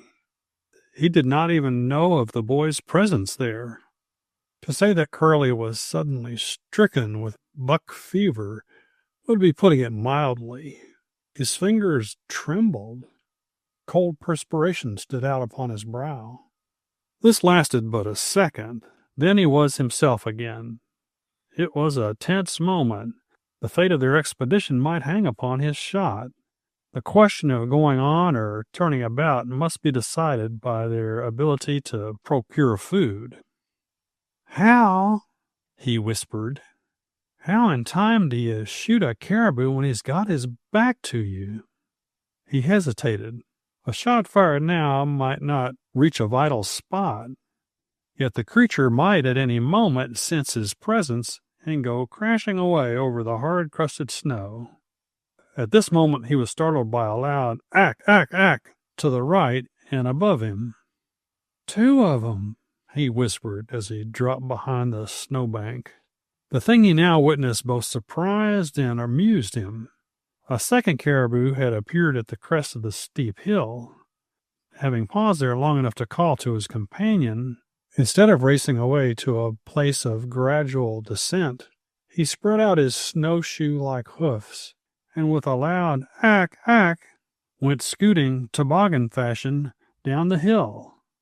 So fascinated was Curlie with the sight of this performance that for a moment he forgot his duty to his friends and himself. But just in time he brought himself up with a snap. The rifle went to his shoulder. Just as the second buck, the larger of the two, reached the bottom and stood at attention, the rifle cracked. The buck leaped high to plunge back upon the snow. Crack, crack, crack went the hoofs of the first caribou as he raced away, and the crack, crack, crack answered the rifle. It took not a second glance to tell Curlie that his first shot had reached its mark. "Think I hit the other. Two's better than one," he muttered as he raced away over the fresh trail. True enough, there were drops of blood here and there on the snow. "Went over the ridge. I'll get him." Curlie snapped a fresh cartridge into the magazine as he went zigzagging his way up the hard-packed and slippery hill. Twice he lost his footing and narrowly escaped a slide to the bottom, but each time he escaped by digging into the snow with fingers and toes. At the top he breathed a sigh of relief.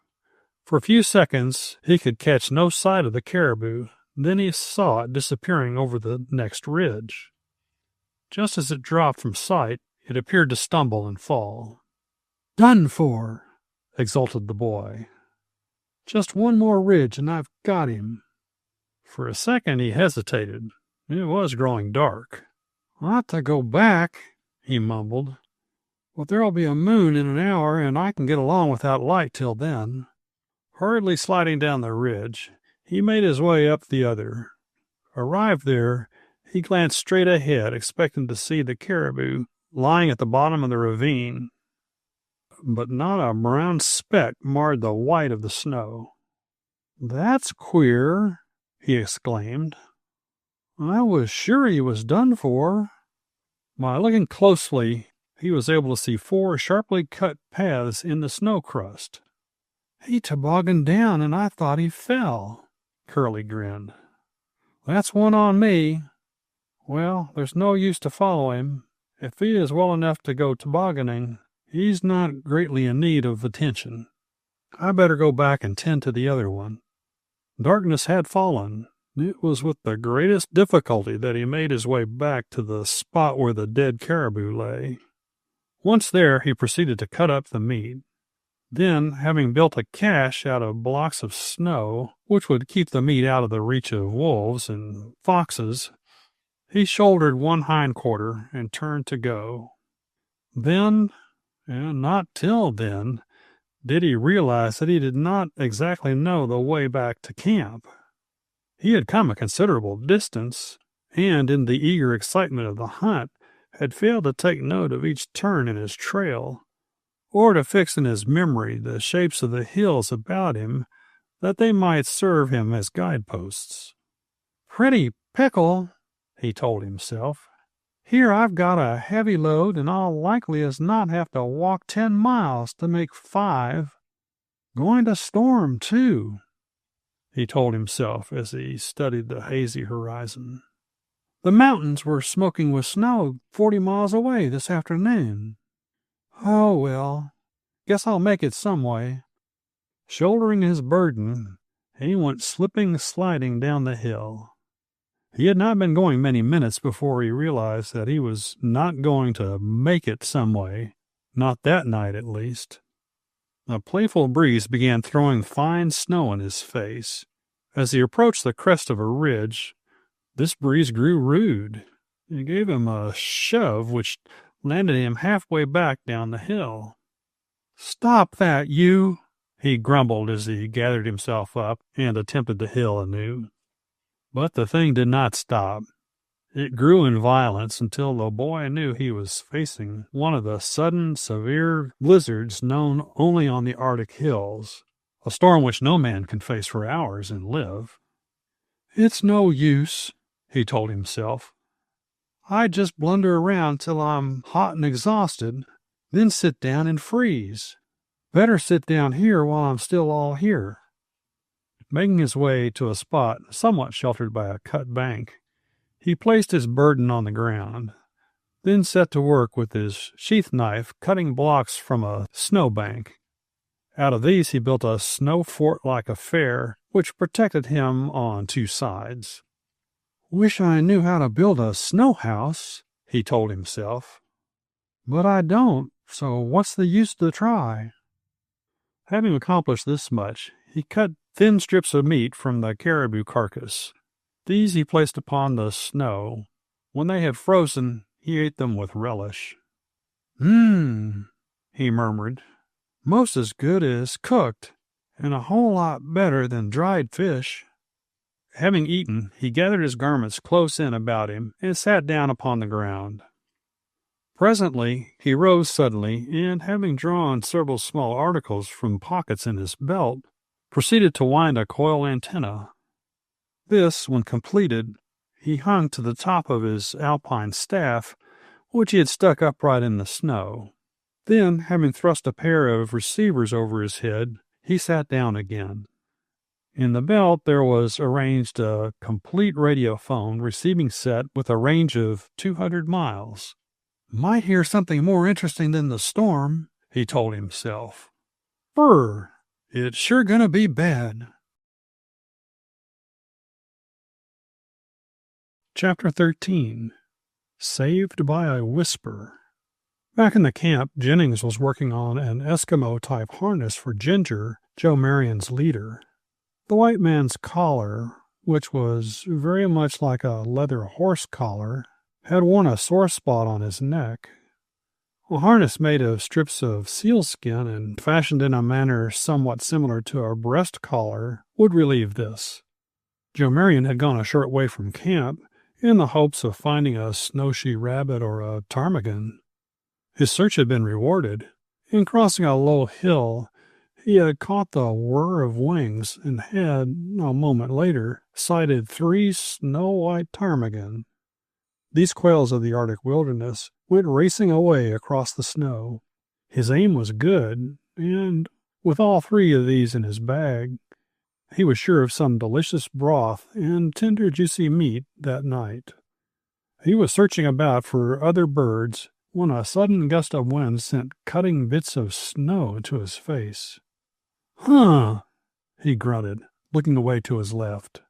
"Well, now, that looks like business. Came up quick, too. I'd better be getting back." He had no trouble finding his way back to camp, but by the time he reached it, the snow fog was so thick he could not see 3 rods before him. He found Jennings struggling with the tent ropes. The tent was in a complete state of collapse. "Wind tore it down," shouted Jennings. "Give—" The wind caught the tent and fairly tore it from his grasp. "Give us a hand." He puffed as he regained his hold. "This is going to be bad. Got to pack up and get out of here and find shelter of some kind.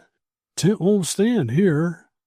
There's a lot of willow bushes with dead leaves on down there by a little stream," suggested Joe. "That's the place. We can tie the ropes to the willows. Willows keep off the wind. Come on, let's pack up." Jennings threw the tent into a heap. "But Curlie, he'll be coming back." "Set up a stake. Write a note. Tell where we've gone. Got a pencil, paper?" "Yes."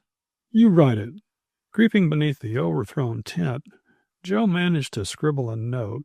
This he fastened securely to an alpine staff, and, having tied a red handkerchief to the staff that Curlie might not miss it, set it solidly in a hard-packed snowbank. "That'll do," said Jennings. Now give us a hand. Watch your face. It's freezing your cheeks. Take your mitten off and rub 'em." The dogs, with tails to the wind, stood patiently enduring the storm.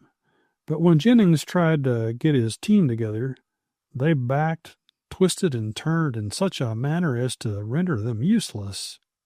"Here, Ginger!" shouted Joe. "Here, Bones! Pete! Major! Show 'em what a real dog team can do." So great was the comradeship between these dogs and their young master that he was able in a moment's time to hitch them to the sled, ready for action. "Good old boys," he muttered hoarsely. "We've fought wolves together. Now we'll fight this blizzard."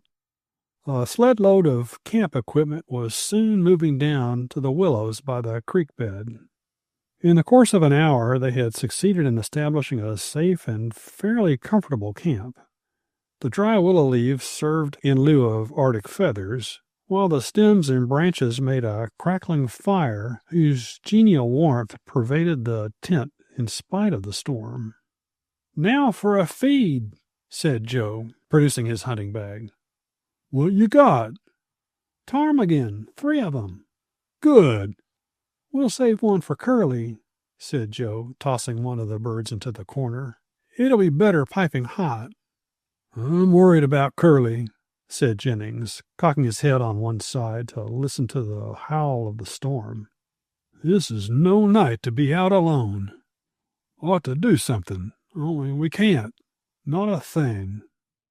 Be lost yourself in no time if you went out to look for him." "You fix these birds and I'll set up the radio phone," suggested Joe. "He took his belt set with him. We can at least listen in for him." A half hour later, as he sipped a cup of delicious broth, Joe gave an exclamation of disgust. "What's the good of all my listening in? He can't get a message off. He'd have to have a high aerial for that. Could manage it with balloons on a still night, but not in this gale. Wires would tangle in an instant. You can—" He broke off abruptly to clasp his receivers to his ears. He was getting something. Curlie had once read a book written by a man whose daring exploits in the North he had greatly admired. This writer had said that the notion that falling asleep when out in a blizzard might cause one's death by freezing was a great mistake. "Should you find yourself lost in a blizzard," he remembered the words as well as he might had he read them but an hour before, "seek out a shelter spot and compose yourself as best you can. Save your strength. If you can fall asleep, so much the better. You will awake refreshed. You will not freeze. If you become chilled, the cold will waken you." "I wonder if that is true," he thought to himself, as he huddled against the cut bank between 2 walls of snow to watch the snow sifting down the hillside like sand down a dune. He did not attempt to decide whether or not he would put the thing to a test. He merely sat there until the white, sifting snow became brown and gold, until the gale became a gentle breeze, until all about him was the warmth of a tropical clime. Before him a palm tree spread its inviting shade. Across the horizon a slow procession moved, camels and horses. "A caravan," he murmured. Then silently the scene shifted. Before him, instead of palms, were cacti. Instead of camels, a great herd of cattle, urged on by men on horseback, who swung sombreros and lariats. A cloud of dust followed the herd lazily, but ever just before him, the brown sand sifted eternally. Into this scene there moved a beautiful girl. She was dressed in the gay costume of a Mexican. Her cheeks were brown with the sun, but she was good to look at. Moving with a strange grace, she came close to him and whispered in his ear. What she said was, "Curlie? Curlie Carson? Are you there?" The question seemed so strange that he started, and starting, he suddenly awoke. The girl and her desert vanished like magic. Before him, the sifting still went on, but now again it was sifting snow. Drowsy with fatigue, benumbed but not chilled by the cold, he had fallen asleep and had been dreaming. The two deserts were but dreams. As he sat there staring at the snow, he suddenly realized that part of his dream was reality. The whisper continued. "Curlie Carson, can you hear me?" Clapping his hands to his ears, he suddenly realized that his belt radio was working and that the whisperer had returned. Springing to his feet, he attempted to grasp the coil aerial. His hands and arms were like blocks of wood. Madly, he thrashed them about until circulation was partially restored. The whisperer was still speaking. What she said was not as important as the mere fact that she was speaking at all. He had remembered that he was lost. He thought he knew about where she and the outlaw should be located. If he could but discover the direction from which this whisper came, he might take a course to the left of it, and in that way find the camp of his companions. It was a desperate chance, but better than none. He was now convinced that the writer of that book was mistaken. He knew now that a person with a clear conscience has no business going to sleep when the mercury is 30 or 40 below. "Are you there, Curlie?" came the whisper. "I would have called you sooner, Curlie, but I could not. We have come a long way." Ah, now his fingers were working. He could move the coil. He held his breath. Had the last word been spoken? Was he lost as before? No. "Something tells me you are near us now, Curlie. Do be careful. It is dangerous. Very, very dangerous." As the whispered words ceased, Curlie's fingers trembled. He had located the whisperer not 40 miles away. He thought he knew the way back to camp. The wind had fallen somewhat. There was now a chance for his life. Dragging out his pocket compass, he fought his way to the top of the hill, then mapped out as best he could a course which should take him to camp. Chapter 14. A Strange Sight. Before leaving his shelter, Curlie hacked from the quarter of caribou meat a piece the size of a roast. This he managed to tie to his back.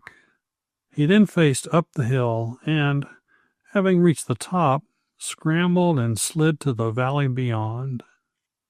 A wild battle with the storm followed.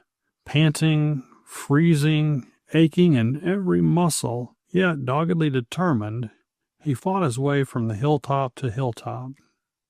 "Ought to be getting near the place," he told himself, as he found himself in a valley broader than any other he had crossed. "Nothing looks familiar. Can't see far. Blame snow keeps blowing so." Suddenly he stopped short. A black hulk loomed just before him. His heart skipped a beat. What was it? A cabin? Some Indian's hut? A miner's shack? What a boon in a wild night such as this! He was not left long in doubt. Pressing eagerly forward for 20 yards, he at last paused to exclaim, "Willows! Just willows with dead leaves on." But willows were something. They meant a shelter from the blasts of wind which had been slowly beating the life out of him. They meant, too, a possible fire. "I'll just get into them and see what can be done," he mumbled as he once more beat his way forward. So great was the relief from getting away from the knife-edged wind that he felt that there must be somewhere among the willows a hidden fire. "Might make one at that," he told himself.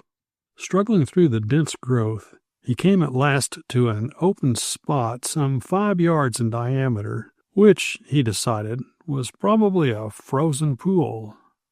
About this the willows grew to a height of 8 feet. The protection from the gale was complete. "I'll camp here till it blows over," he thought as he began cutting down some slender willows with his sheath knife. These he spread on the smooth surface of the bare spot. Above them he built a tent-shaped shelter with only one end open. This completed, he began making a pile of dry twigs and leaves.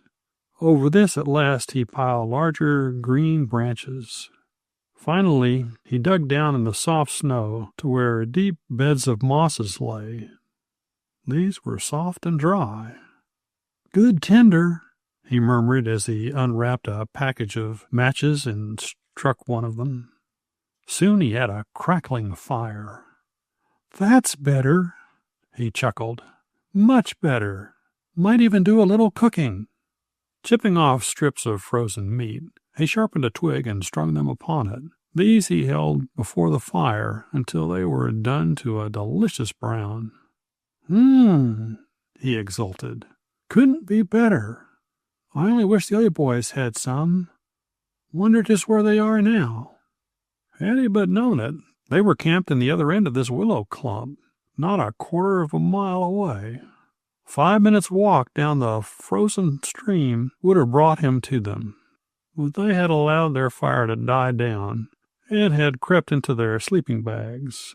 No smoke came from them to him, and the smoke from his fire was blowing directly away from them.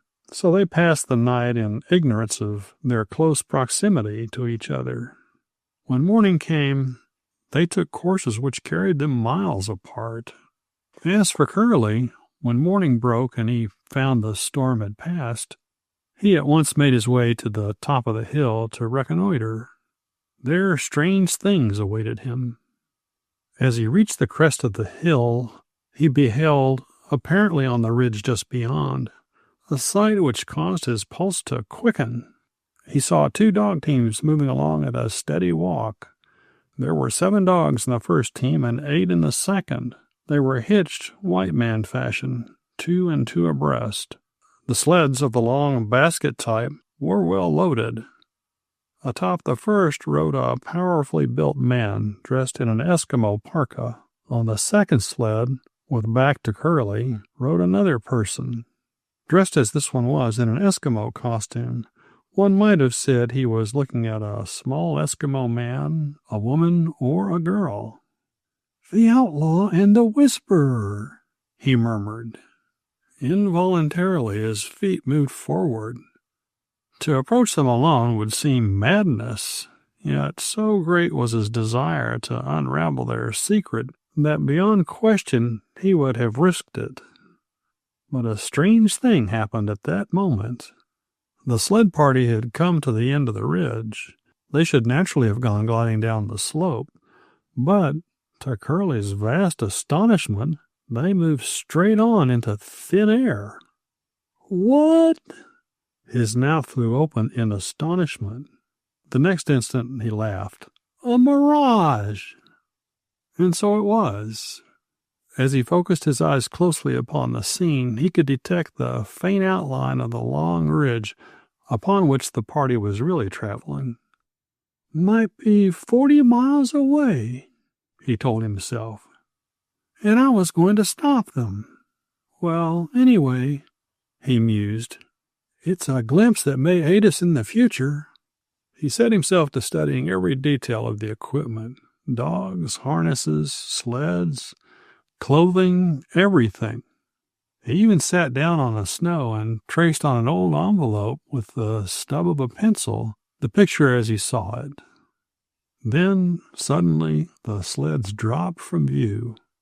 Light changed, or they came to the edge of the ridge, he told himself.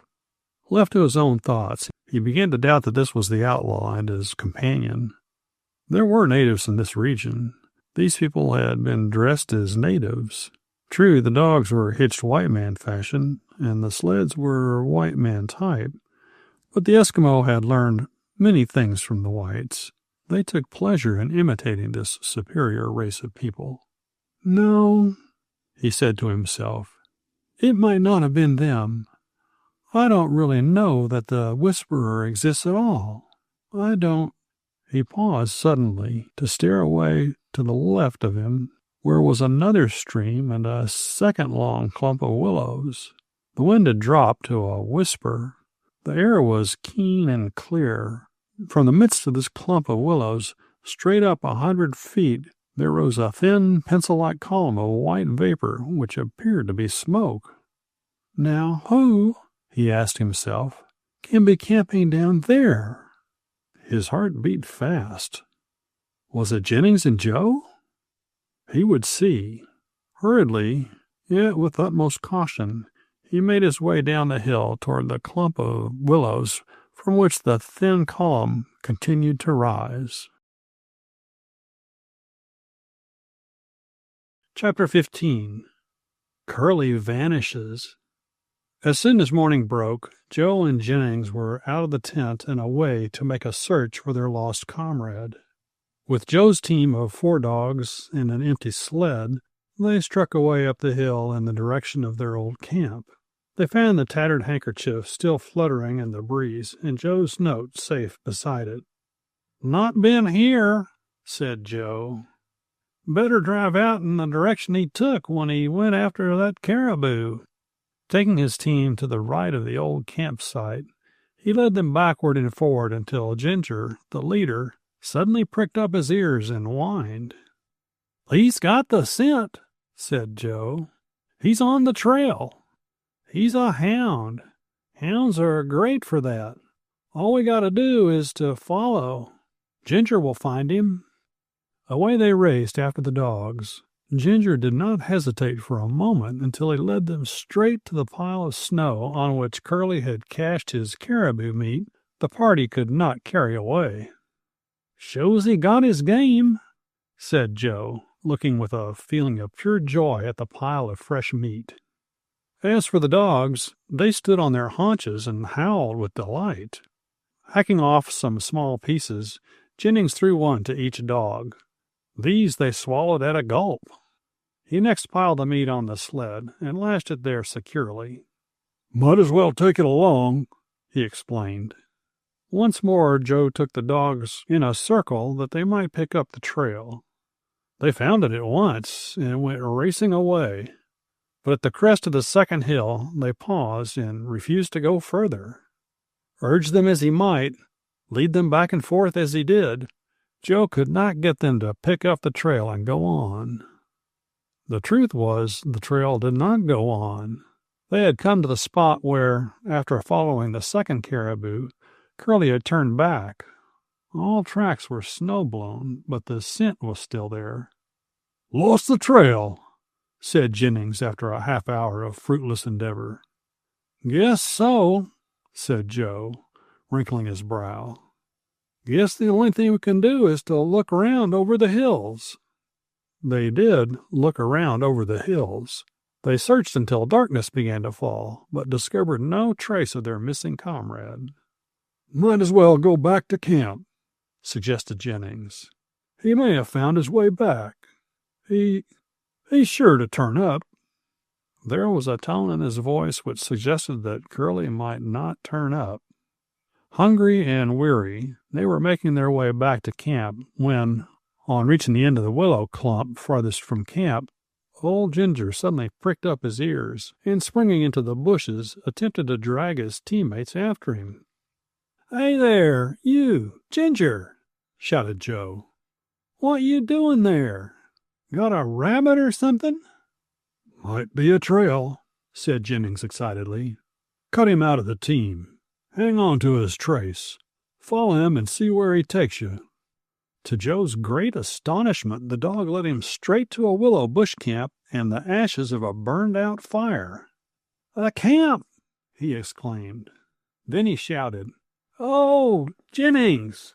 Tie up the other dogs and come in here." "Do you think it could have been Curlie that made this camp?" he asked after the miner had looked it over. "Might have. There's nothing to prove he did or didn't.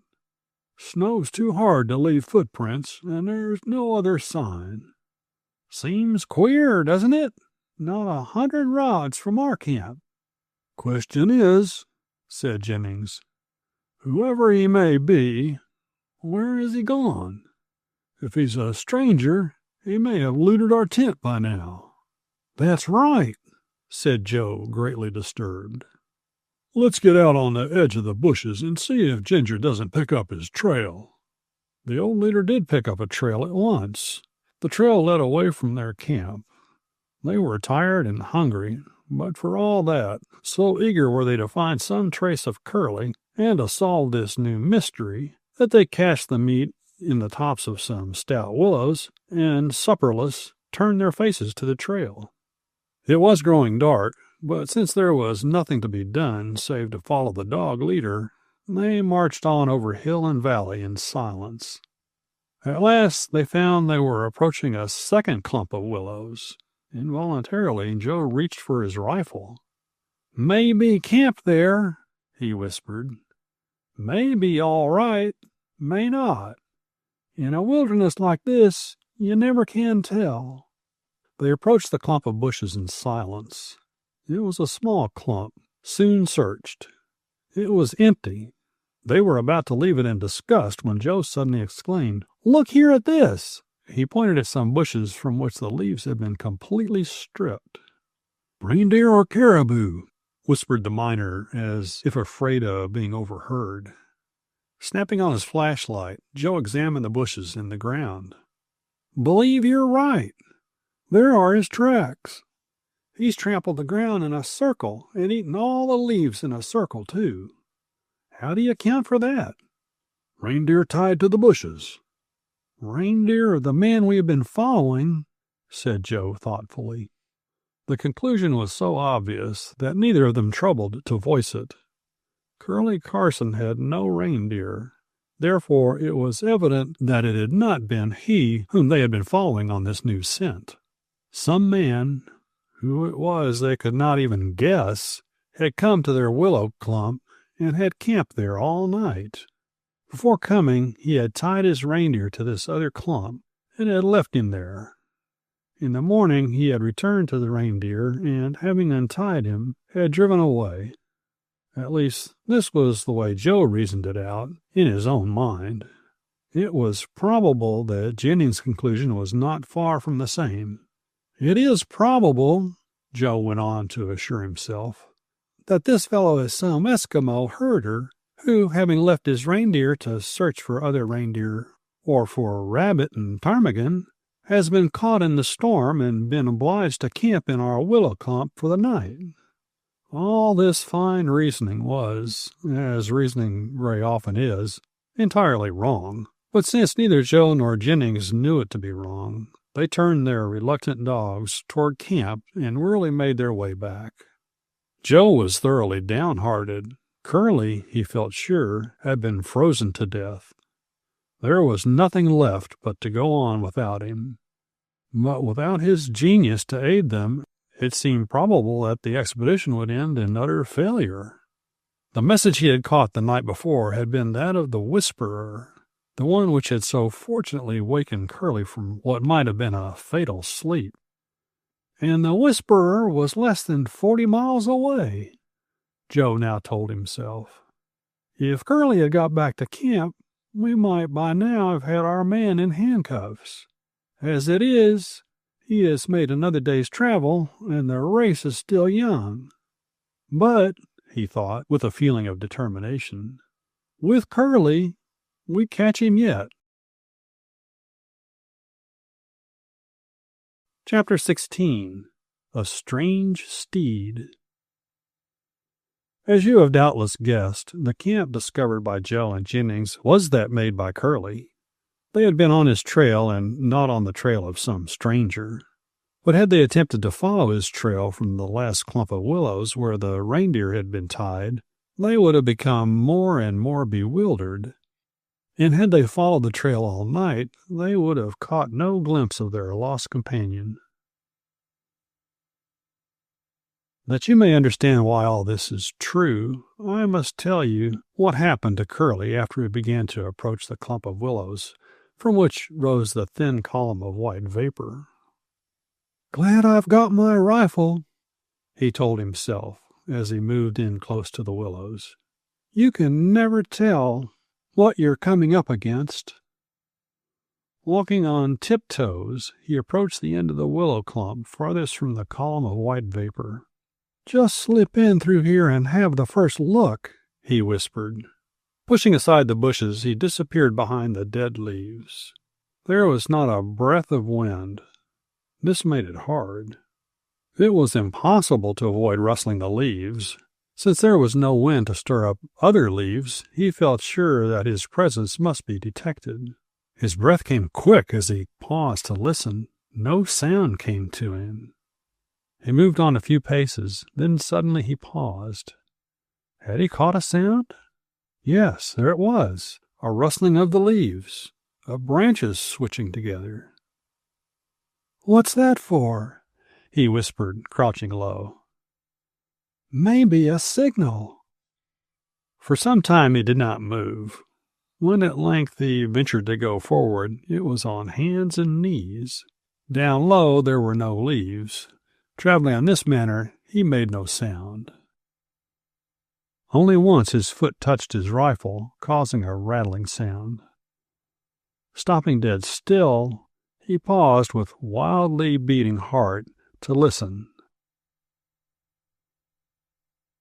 "What a fool I am," he told himself at last.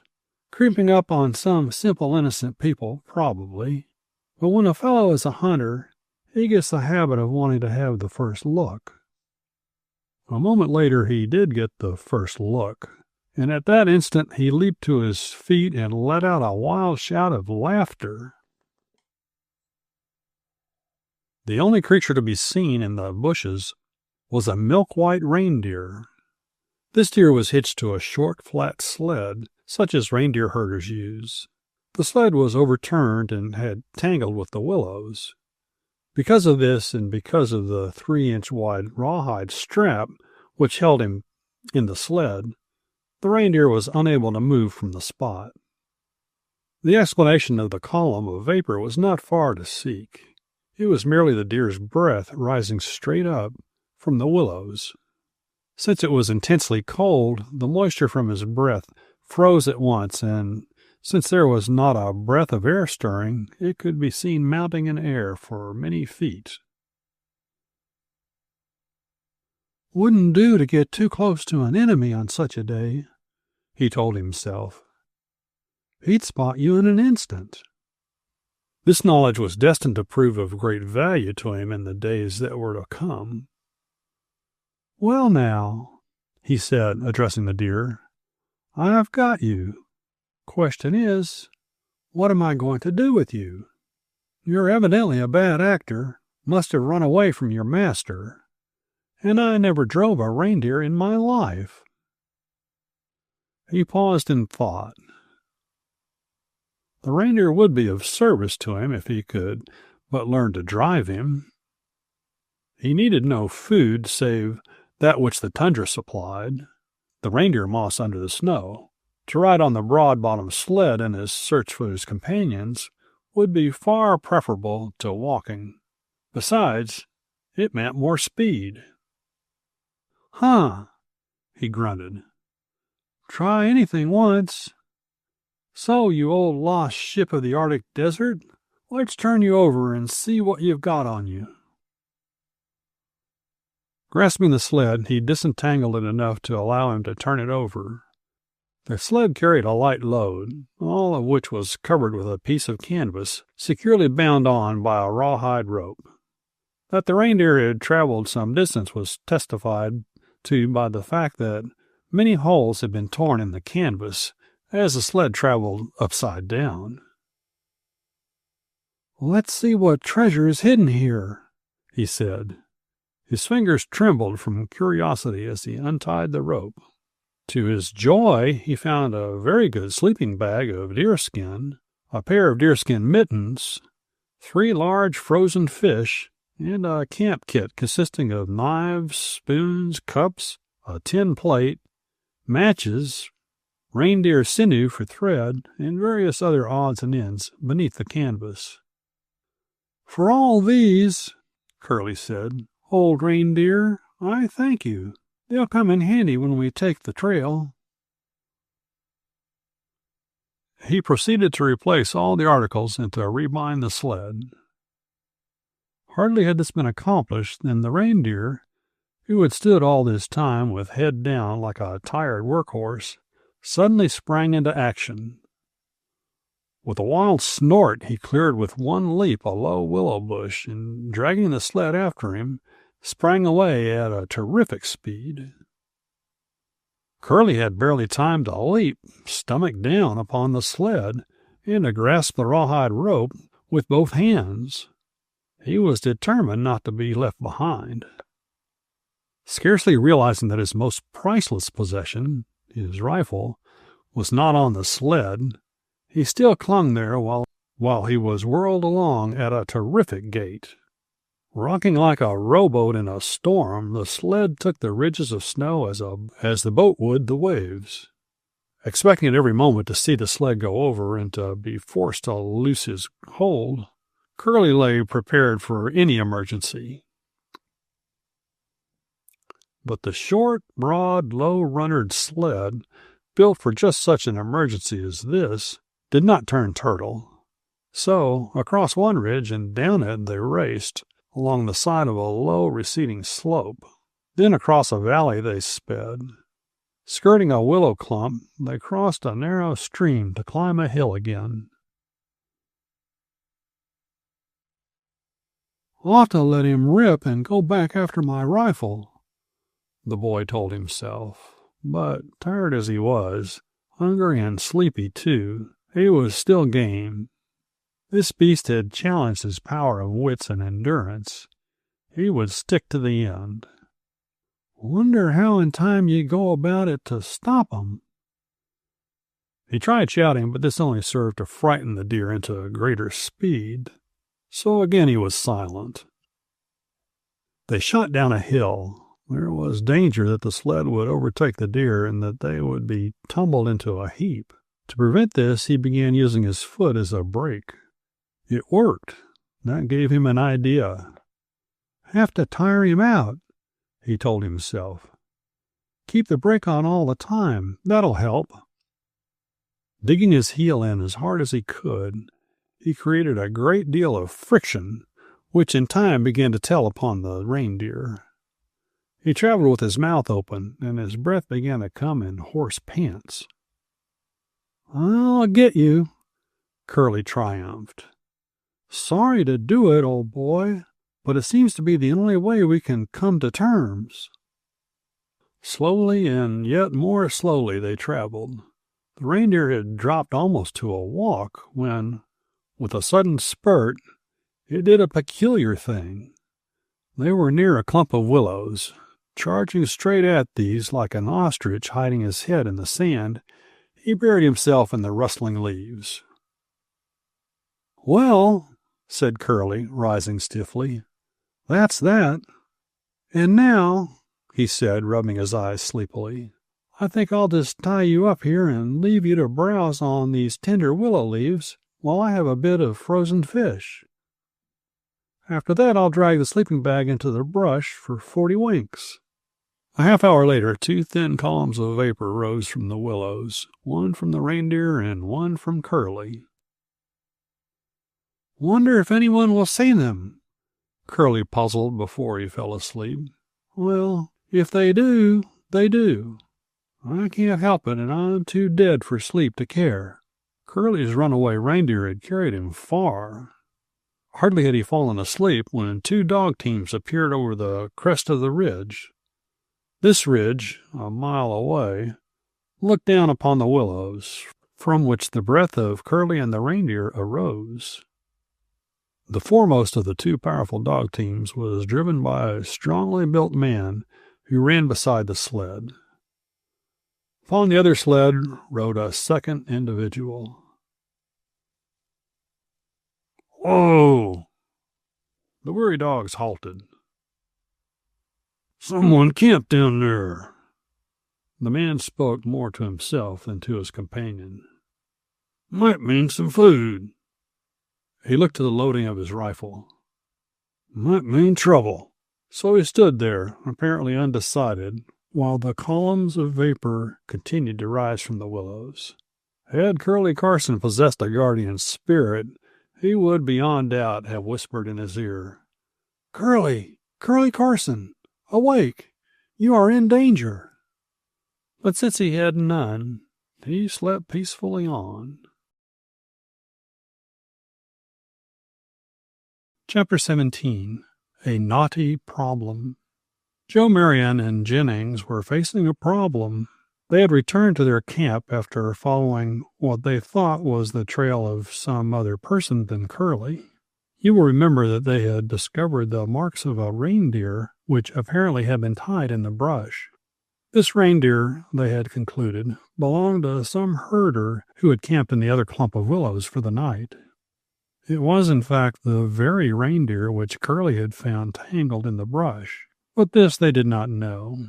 And since they did not know it, they supposed they had lost all trace of their companion, and were more than half convinced that he had been frozen to death in the blizzard.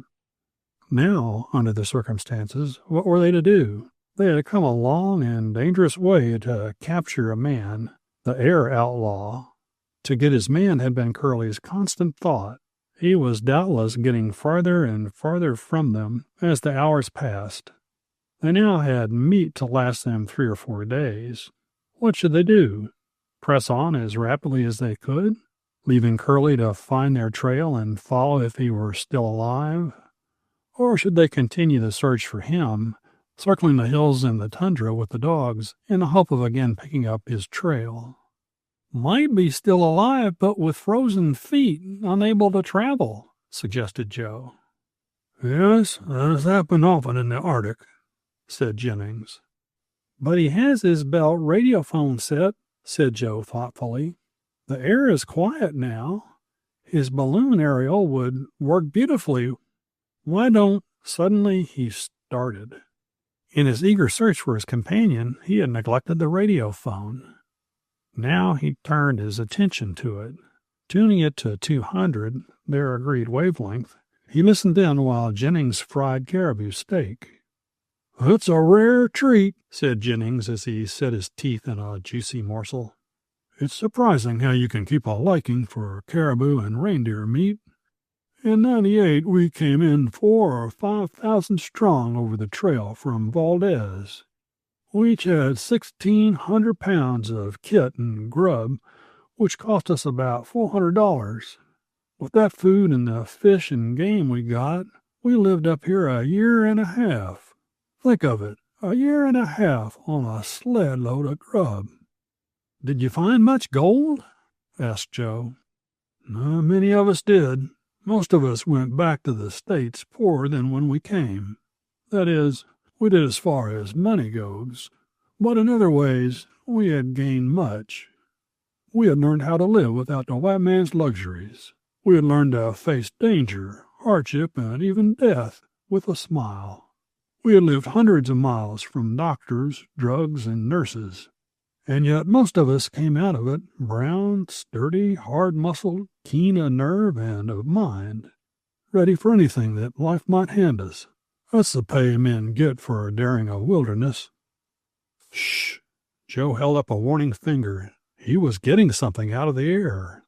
He knew at once that it was not Curlie speaking, yet he felt sure it was important. It came from the north. "Steamship Torrentina. Munson, the explorer, speaking." Joe thrilled at the sound of that name. "Torrentina crushed by ice," the voice went on. "Sinking by the bow. Position about 1,000 miles due north of Flaxman Island. All supplies unloaded on floating ice pans. Shall attempt pole by plane. Later return by plane to Flaxman. Must have transportation for 30 men from Flaxman. Authorize any necessary expense." The message ended. Joe sat wrapped in deep thought. "I don't see how he hopes to get transportation for 30 men from Flaxman Island. That spot, why, that's off the map, all but off the earth. Nobody there. No one near. We can help him some with our dogs if we happen to be there when he arrives, but our teams are but a sample of what he needs. Ought to have left dogs and a native or two with his supplies at Flaxman," said Jennings. "Yes, but he didn't." "No, that's the real point." "Say," exclaimed Joe suddenly, "there must be a reindeer herd somewhere near here. Otherwise, that fellow with the sled deer wouldn't be wandering around so close." "Probably, but you can't be sure of it. Those little brown folks think a lot of their reindeer.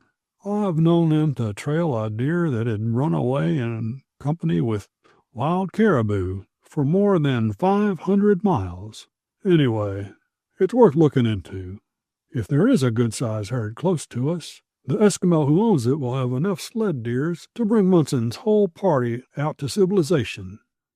I think we ought to look into that at once." "I agree with you, but for one consideration," said Joe thoughtfully. "What's that?" said Jennings sharply. "The outlaw." "What's he got to do with it?"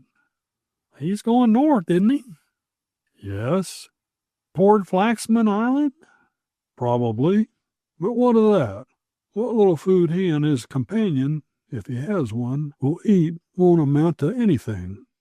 "No, it won't, not if he stops at that. But as Curlie and I have said to ye before, everything goes to indicate that he is sore at Munson, that he'd like to do him an injury. What greater injury could he do him than to load down his sled with supplies from Flaxman Island, then touch a match to the rest? Why, man, the whole 30 of 'em would starve, just as Sir John Franklin's 150 men did in that same region 2 or 3 generations ago." "Yes, if the outlaw is that kind of a bird." "Who knows about that? The only way to find out is to go after him. I think it's mighty important that we get him and get him quick." "Then we'll have to leave Curlie to make the best of things, to shift for himself." "Well," said Joe, speaking very slowly, I'm not sure what we should do. Let's leave that discussion till morning."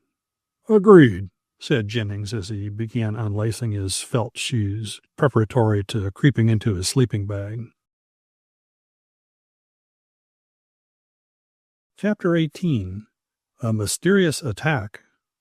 After a moment of indecision, the man driving the team of powerful dogs, who, as you remember, was standing looking down at the 2 columns of vapor which marked the spot where Curlie Carson slept, spoke to his dog team. He had been debating the advisability of descending the hill and entering that clump of willows. What he now said to his dogs was, "You mush!" The dogs leaped forward, and since he had given them no order as to direction, they raced away straight along the ridge and not down to the willows. 100 yards further on, he dug his heels into the snow as he clung to the handle of the sled and shouted, "Whoa!" Again he appeared to debate the question. This time he was more prompt in his decision.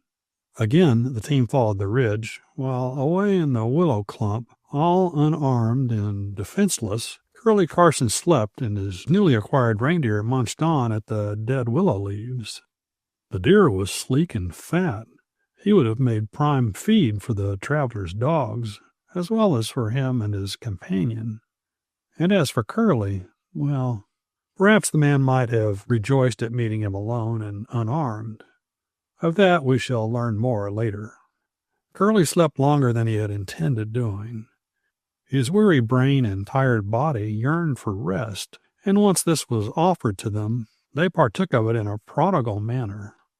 At last he awoke, to poke his head out of the sleeping bag and to stare up at the stars. "Where am I?" he asked himself.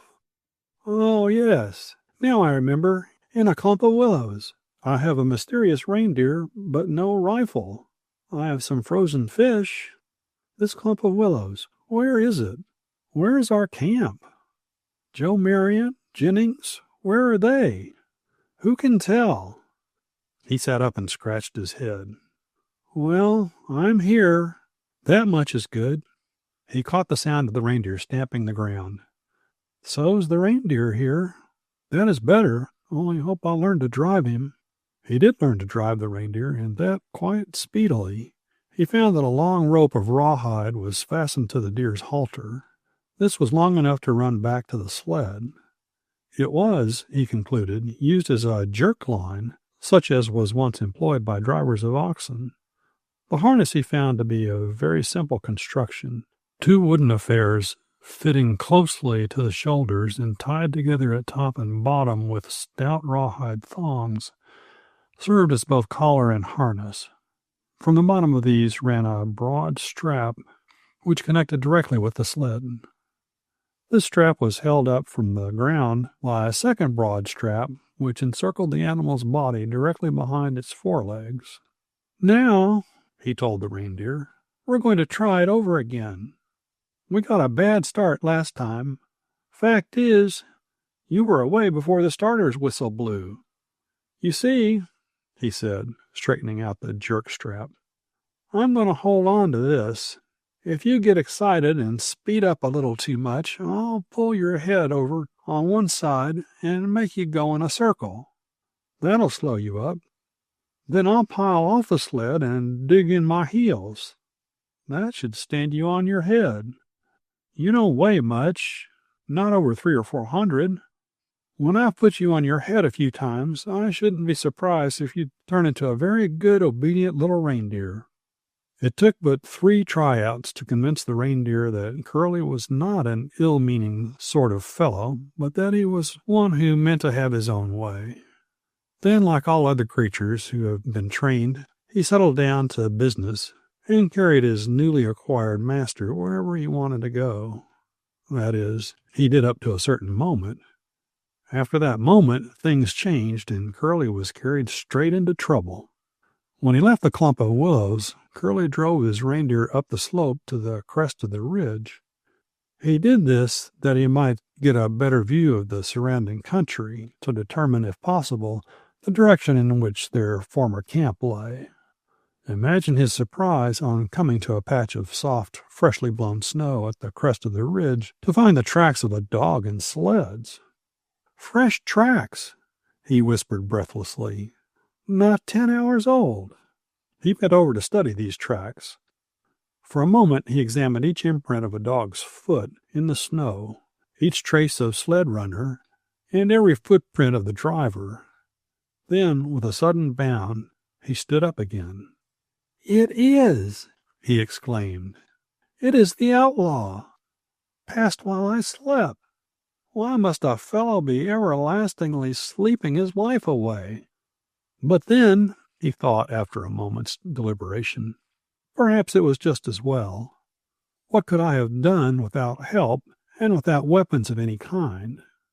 Seating himself on his sled while his reindeer pawed deep into the snow in his search for reindeer moss, he thought things through.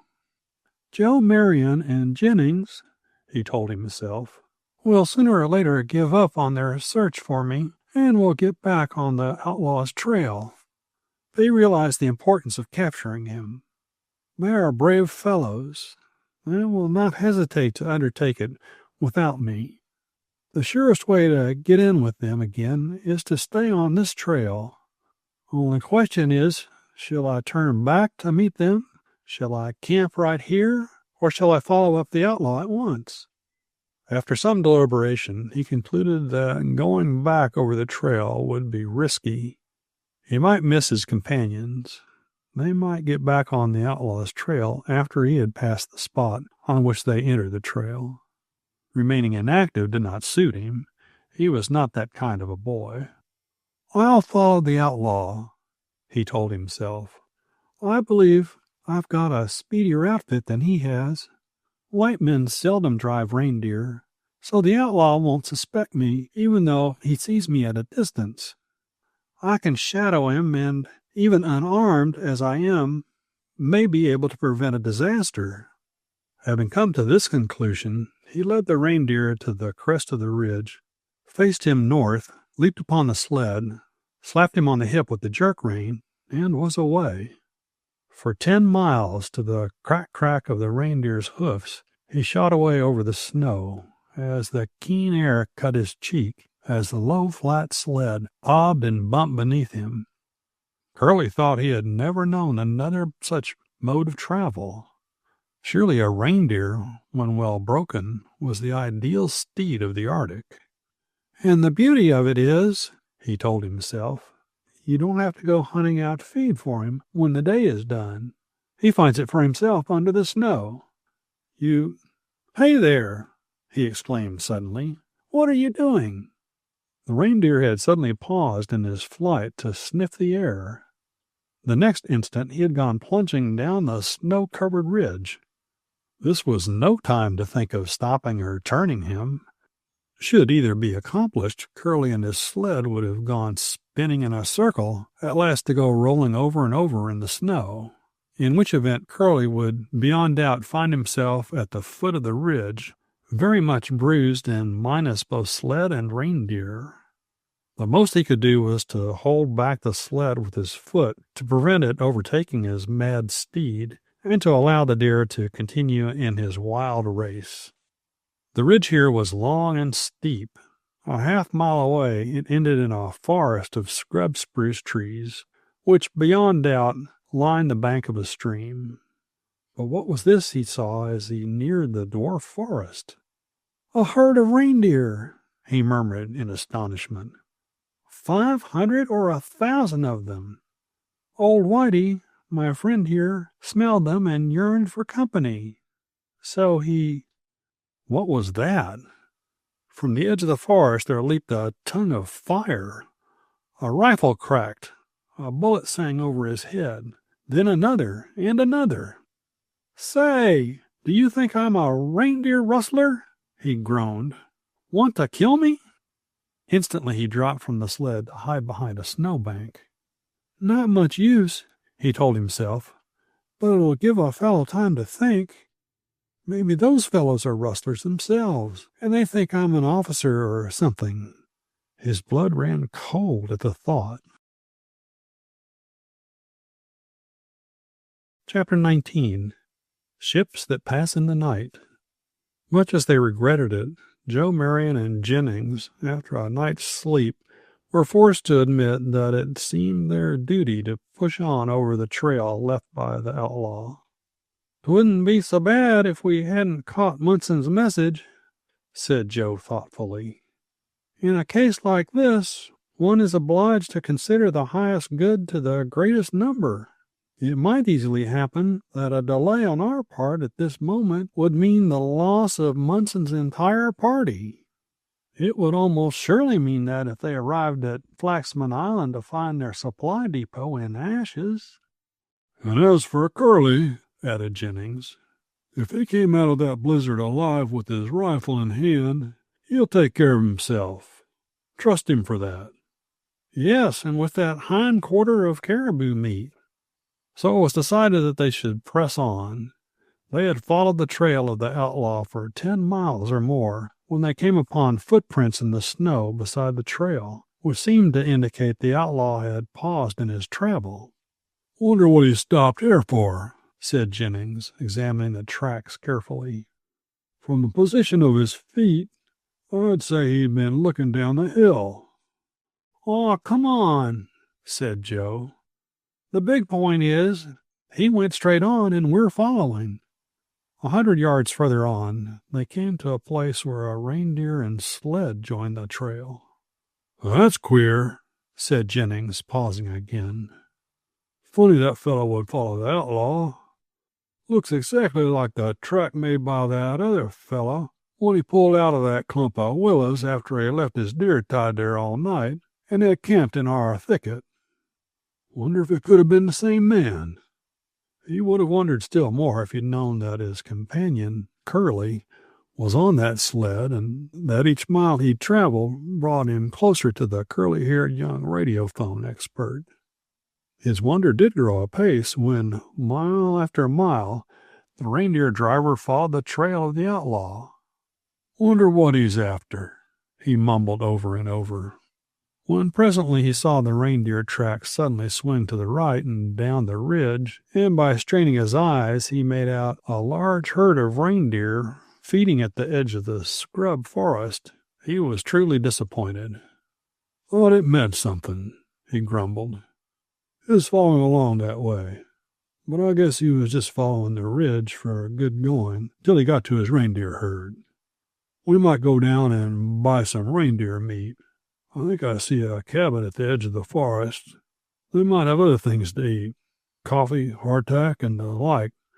Natives often do." "Can't afford to use up the time," said Joe.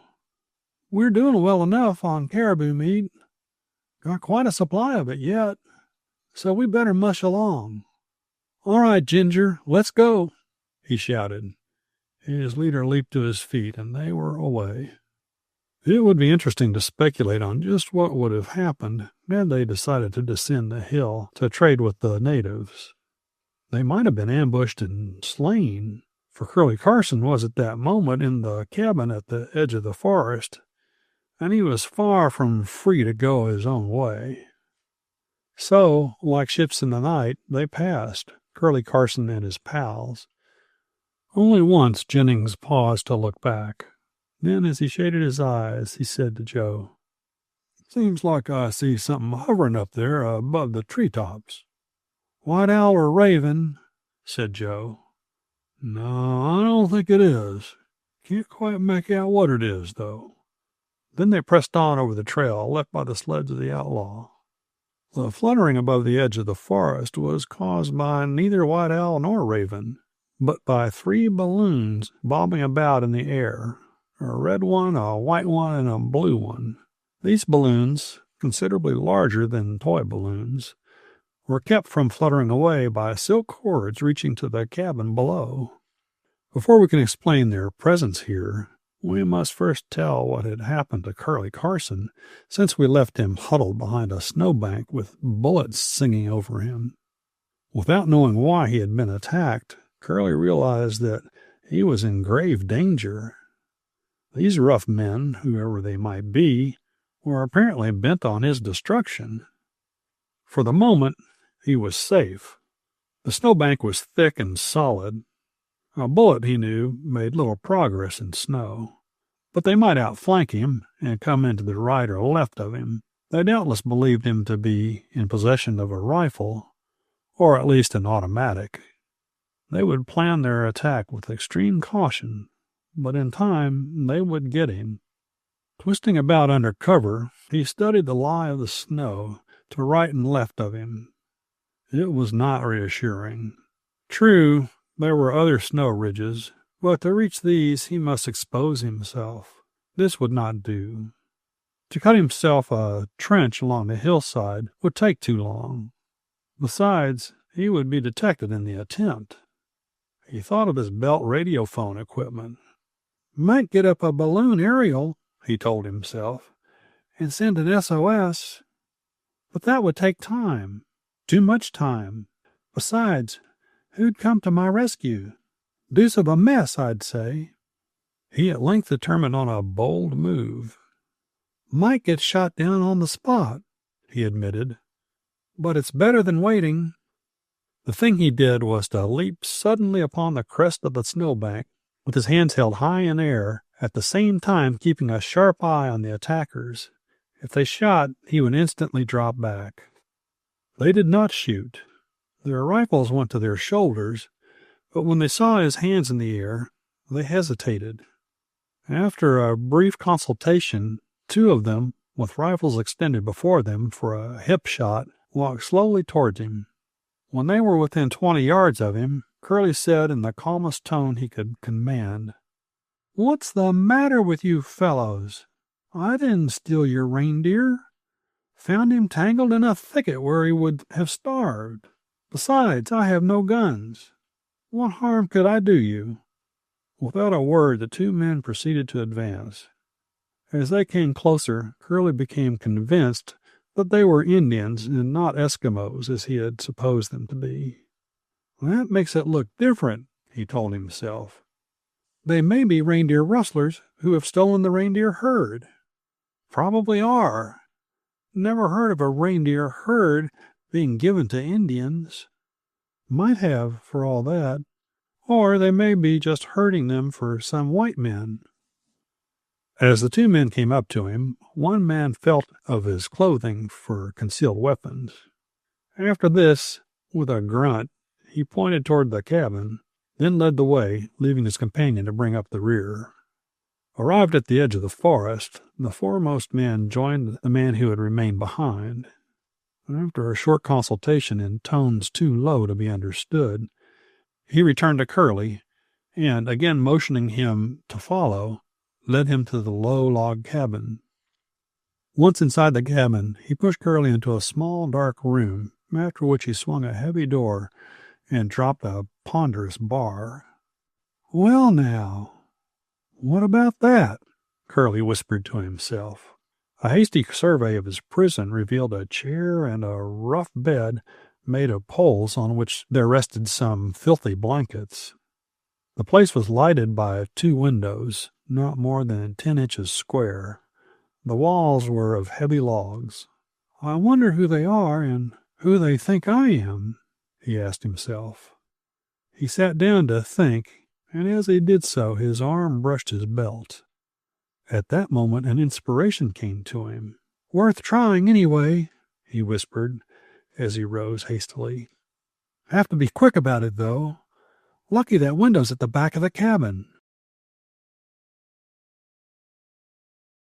Chapter 20. We have met with disaster.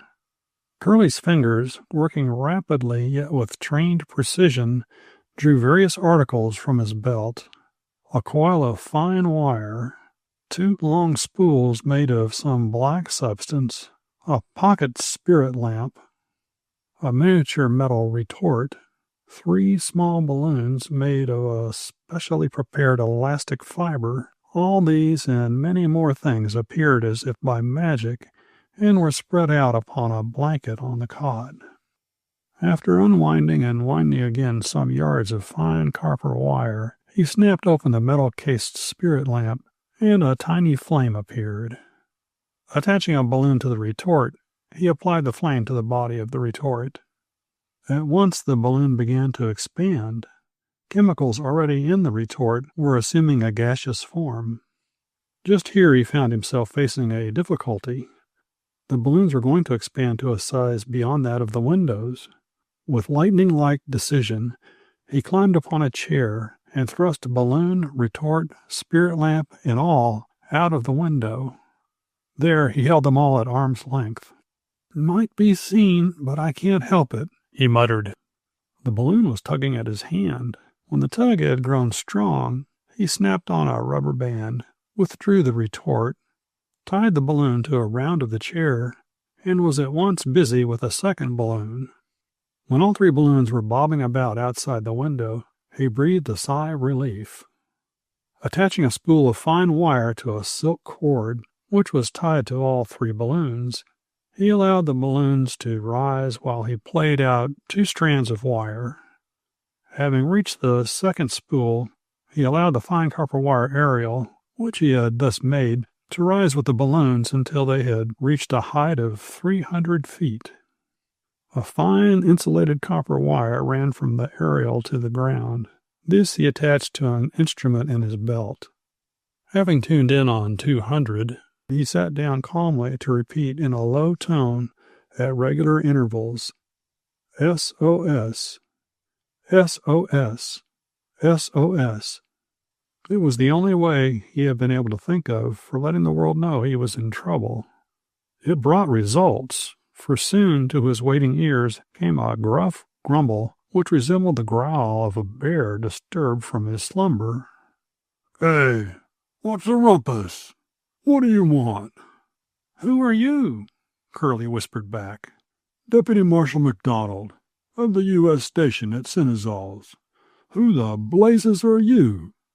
Slowly, distinctly, in a tense whisper, Curlie told of his predicament. "I know 'em," came in a roar through the air. "They stole those deer.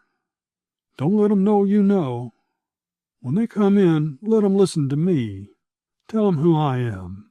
They know me. That'll settle 'em. Tell 'em I'll follow 'em to the pole if they don't let you go. No, don't tell 'em. Let me. I don't know about radio phones. Just got mine last week. They're superstitious. It'll knock 'em dead. Let me tell 'em." "All right," whispered Curlie. "Keep your batteries connected and stand by. I'll see what I can find out." "Nothing like the little old radio," he told himself. "Nothing at all like it when you're in a peck of trouble." Hanging his receiver on a nail, he turned toward the door. Placing his ear against a crack, he listened. To his surprise, he found that the men were speaking English. "One of them is a half-breed, maybe of another tribe, and doesn't understand the native language of the others," was his mental comment. As he now and then caught a snatch of the conversation, his blood ran cold. There could be no mistaking the subject of their debate. They were discussing the question of whether or not he, Curlie, should be killed. The half-breed was standing out against it, while the others insisted that it was the only safe thing to do. So determined were they about it, and so earnest in their debate, that at times their voices rose almost to a shout. "If you were to consult me on the matter," Curlie whispered to himself, "I would most certainly agree with my old friend, the half-breed." Even as he joked with himself, the true significance of his situation was borne more closely in upon him. Here he was many miles from human habitation in the heart of a wilderness. 3 men calmly debated his destruction. 2 against 1. There could be no question of the verdict. Escape was impossible. The windows were too small. The men were powerfully built. There was no chance to fight his way to freedom. There stood between him and death a slender wire, reaching up to 2 yet more slender ones, hanging in the sky. What if the gas escaped from the balloons? What if a sudden gust of wind sent them crashing down into the treetops to tear and tangle his slender aerials? What if the deputy at the other end should make some mistake and be unable to listen in? Little wonder that, as he stood there listening, waiting, his face turned gray with anxiety and fear. In the meantime, an important message had come to Joe and Jennings as they listened in on long wavelengths from their camp some 10 miles from the cabin. The message was from the explorer Munson. "Munson's expedition," Munson speaking, came the voice from the air. "We have met with disaster. Dashed to pole abandoned. Ice began piling at 4 this morning. Many supplies. Much gasoline lost. Will not have enough gasoline to bring planes to land. 1 plane smashed. Cannot bring food, only men. If supporting party can be sent from due north of Flaxman Island, it may save our lives." Joe Marion listened to the message as it was repeated 3 times, then turned a grave face to Jennings. "That's serious," he said after he had repeated the message. "I might answer it, but what could I promise him?" "You'd only give our position away to the outlaw." "I might try to relay the message to others who might help." "There's no one near enough." "Then the only thing we can do is try to reach them with such supplies as we can carry." "Looks that way just now," said Jennings, wrinkling his brow. "We might think of something later. How about the outlaw? Do we get him first?" "That's the question. We'll have to wait and see. May get another message later. In the meantime, let's turn in early and get a start tomorrow before daybreak. The importance of our mission to the north has been greatly increased." Chapter 21. A Tense Situation. If Curlie's knees trembled as he heard the heavy bar being lifted from the door, there was no trace of emotion on his face when at last the door swung open and he stood facing his 3 captors. "Well, come in," he smiled coolly. "I was just thinking of calling you.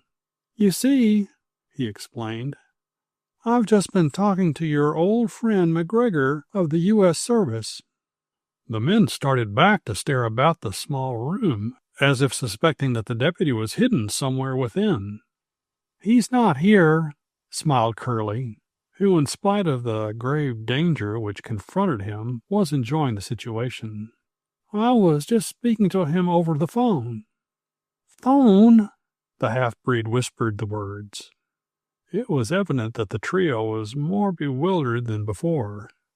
They had seen telephones and telephone wires in centers of civilization, which they had visited. They knew what they were. Knew, too, that there was not a yard of telephone wire within 300 miles of their cabin. As for a telephone, had they not built this cabin? How then could it contain a telephone without their knowing it? Grunted the older of the two Indians. He uttered a low laugh of contempt, which showed plainer than words that he thought Curlie was bluffing. Curlie's hand went to his side. He lifted a transmitter to his lips, then touched a button on his belt. "Are you there, McGregor?" He pronounced the words distinctly. It was one of those periods of time in which one lives a year in the space of a moment tense with terrible possibilities. Into Curlie's mind there flashed a score of questions. Was McGregor there? Would he respond? Would the Indians be frightened to the point of giving him up if he did? Was the slender aerial still dangling in the air and still working? These and many others sped through his active brain as, breathlessly, he waited. Then, suddenly, with a fervently whispered, "Thank God," he caught McGregor's gruff voice. "Here. Let me have 'em. Put 'em on." The older Indian was so surprised by Curlie's actions that the receiver was on his head before he knew it. The next instant his mouth sagged open. His eyes bulged out. His knees scarcely supported him. He was hearing McGregor's voice. He did not know how nor why, but he heard. It was enough. He was afraid. For 3 minutes they all stood there spellbound. Then, apparently, the voice ceased. What do you want?" the Indian quavered. "Only my reindeer, my sled, and a chance to get away from here," smiled Curlie. "Must peel 'em? Go get 'em." The Indian spoke to the half-breed. At once he was away. "All right, McGregor," Curlie breathed into the transmitter. "Thanks a lot. Hope I meet you sometime. If there's anything further, you'll get my SOS." Turning to the window, he began hauling in on the wire and silk cord. Just as the reindeer arrived at the door, he replaced in his belt the last bit of apparatus. "All okay for next time," he whispered to himself. "Trust the old radio phone to pull you through." After leaving the cabin, he was obliged to lead his reindeer for the first 2 or 3 miles. Had he not done this, the deer might have rebelled again and gone racing back. "Wish I'd insisted on them giving me a rifle," he told himself. "Wish there was some way of getting that reindeer herd from them." He thought a few moments later. "It's a shame that they should rob the Eskimo that way. The reindeer are everything to the Eskimo. Food, clothing, bedding, and means of travel. It's a crime to rob them. Of course, the rascals will be caught and punished, but by that time the splendid herd may be scattered to the 4 winds." Little did he guess the strange circumstances under which he would see that herd again, nor of the ways in which the herd would assist him in carrying out the purposes which were already forming in his mind. An exclamation of joy escaped his lips as he swung back on the trail, running along the ridge. "They're after the outlaw. Good old Jennings and Joe. We'll get him yet. I'll catch up with them. Hooray!" He threw his hands in the air and gave such a lusty shout that the reindeer came near leaping out of his harness.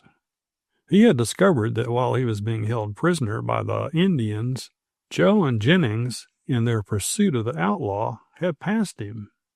"All I've got to do," he told himself, "is to speed up this old white ship of the Arctic desert, and I'll be with them in 24 hours. In this he was mistaken, but since he did not know it, he went bumping merrily along over the ridges. Now and then shouting at his reindeer, now and then bursting forth into snatches of boisterous song, he appeared filled with quite as much joy as a boy off for a fishing trip. So, for hours he traveled until his reindeer was in need of rest and food. Then he turned off into the edge of the scrub spruce forest. Here, after tethering the deer in an open spot where there was much moss, he built himself a rude shelter of green boughs, kindled a fire, roasted some strips of reindeer meat procured from the Indians, then crept into his sleeping bag. Here, for a time, through a crack in his green canopy, he watched the Big Dipper in its wide circle about the North Star, which blinked down from nearly straight above him.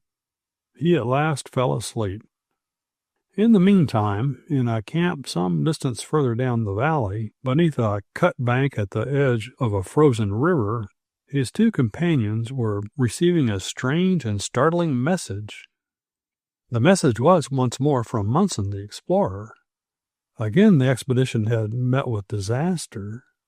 Having attempted the flight to shore in their airplanes, they had made but half the distance when one of the planes became disabled and landed to crash into a pile of ice. With the remaining planes much overloaded, they had been obliged to abandon all food. 200 miles from shore, the gasoline had given out. Making fortunate landings on broad ice pans, they had at once started on foot for shore. They had been carried to the right by a strong gale and would doubtless reach land some 20 miles west of their food depot on Flaxman Island. That is, they would land there if anywhere. Without food, they were well nigh hopeless. Still, they had 2 light rifles and 100 rounds of ammunition. There were seals in water holes and polar bears wandering over the floes. There was a chance for life. If anyone listening in on this message were in a position to come out and meet them, they might be the instruments in saving lives. "That means us," said Joe, "and it means such a struggle as we have never experienced before." "We leave the trail of the outlaw at once," said Jennings. "Why, Joe stammered. "His trail will lead us 20 miles out of the way. Flaxman Island is 20 miles to the east of us. These explorers are straight ahead. We follow this stream straight to the sea. Hard packed river trail all the way. The outlaw, unless I miss my guess, will turn off soon to cut across the hills. We haven't much food to take to 'em." "We have our dogs," said Jennings grimly. "Men eat dogs when they're starving." Joe looked at his old leader, Ginger, who lay with feet stretched out before the fire. The dog rose, stretched himself, then walked over to rub his cold nose against his young master. Joe gulped. "Yes, I suppose they do." "We'll unload everything we don't need, all that radiophone equipment except the light set, and cache them here. Then we'll make a flying trip of it. And," he said, noting Joe's discomfort at the thought of sacrificing his faithful 4, the team that had fought with him, starved with him, and carried him so far, "we got rifles and ammunition. Who knows what game may bob up to take the place of our dogs?" Chapter 22. A Mad Dream. It was with a feeling of great astonishment that Curlie, early in the afternoon of the next short Arctic day, came upon the pile of radiophone instruments and other articles which had been piled beside the trail by his companions. "Now, what does this mean?" he said, addressing his reindeer. "Can't be they've been ambushed and robbed. Things are piled away too carefully for that. Hello," he exclaimed a moment later. "They've left the trail of the outlaw. Of all the unbelievable things, what could have induced them to do that? Can't be trying to outflank him. Trail they've taken is a lot longer than his." He returned to sit down on the sled and scratch his head. "Traveling light they are. I'll never catch them now." Again he was silent for some time. "Wish they had left me a rifle. I'd go after the outlaws single-handed. But of course they wouldn't. Don't even know I'm alive, let alone on their trail with a reindeer. Nothing more improbable than that. Wish I'd risked a call to them. Didn't dare, though. Outlaw'd know we were after him if he'd listened in. Now what's to be done? Got to see how much radiophone stuff they've left behind." For some time he busied himself sorting out the parts of the heavier radiophone set and connecting them up. "All here," he breathed at last. "Even my little outfit for making mince pie of a fellow's speech, then piecing it together again. Joe took all the smaller set, though. That's good. Best thing I can do is to camp right here and wait until I'm sure they must be camped for the night. Then I'll send out a signal and see if I can get them. I can talk mincemeat fashion, so the outlaw won't know what it's about anyway. Got to get in touch with them some way or another." Realizing that after hearing from them, he might want to travel at night to make up for lost time, after tethering his reindeer, he crept into his sleeping bag and in a moment fell into a sound sleep. When he awoke, it was quite dark. Getting busy at once with his radiophone, he sent a signal quivering through the air. He received no response. A half-hour later, he sent out a second. Still no answer. "That's queer. Mighty queer," he murmured. "Still, they may have made rapid time and got in ahead of the outlaw. Maybe close in, too close to risk an answer. No harm in keeping on trying, though." It will be remembered that Curlie had not listened in on any of the messages sent by the exploring party. As a consequence, he was totally ignorant of their plight, and unable in any way to account for his companion's sudden change of course. "Queer business," he told himself as he prepared to send his third signal. "Mighty queer." Every half hour for 3 hours he sent out the signal. Then, just as he was about to give it up, his receiver rattled, and a succession of short, sharp, meaningless sounds began to pour forth. "That's Joe," he smiled delightedly. "Nobody up here can talk that language. Now we'll know what's what." His conclusion was correct. It was Joe speaking. When Curlie had decoded the jumbled message, he needed only to signal back an answering okay. In short, concise sentences, Joe had told him all that he needed to know.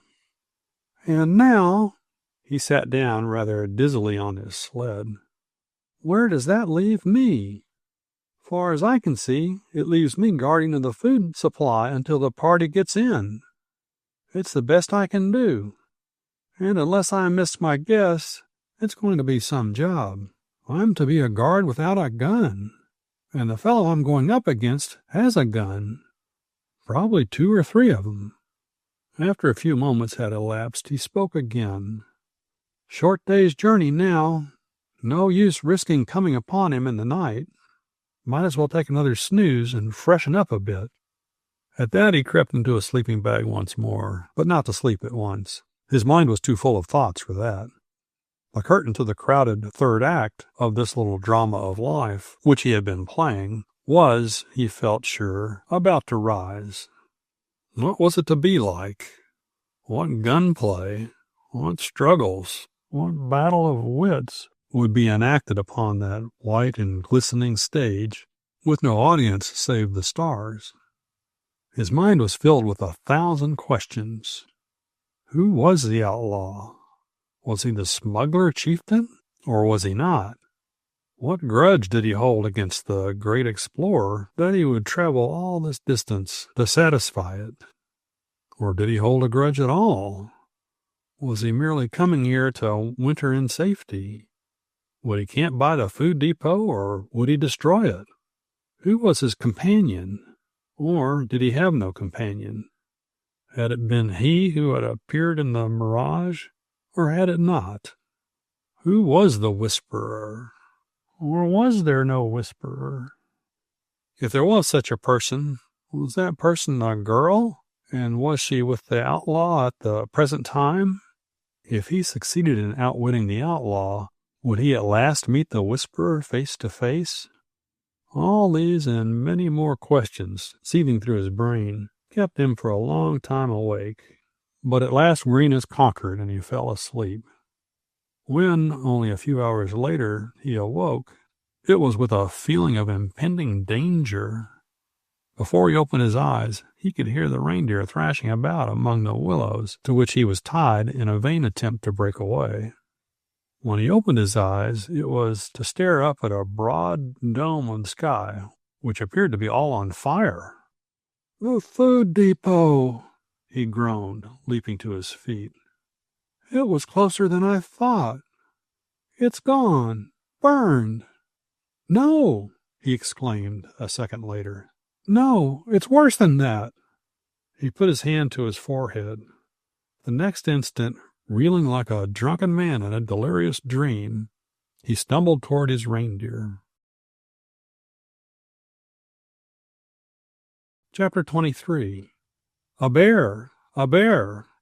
In the meantime, Joe Marion and Jennings were making their way over the treacherous ice floe toward the party of explorers who were battling for their lives against cold, hunger, and ever-perilous floes. They had crossed a broad expanse of ice, which, level as a floor, lay between the shore and a series of low, barren, sandy islands. Then, for 3 miles further, they had traveled over ice which was frozen to the shore. This ice, piled as it had been by storms of early winter into fantastic heaps, here and there mixed with flat cakes and with narrow tombstone-like fragments set on end, was nevertheless firmly united to the shore.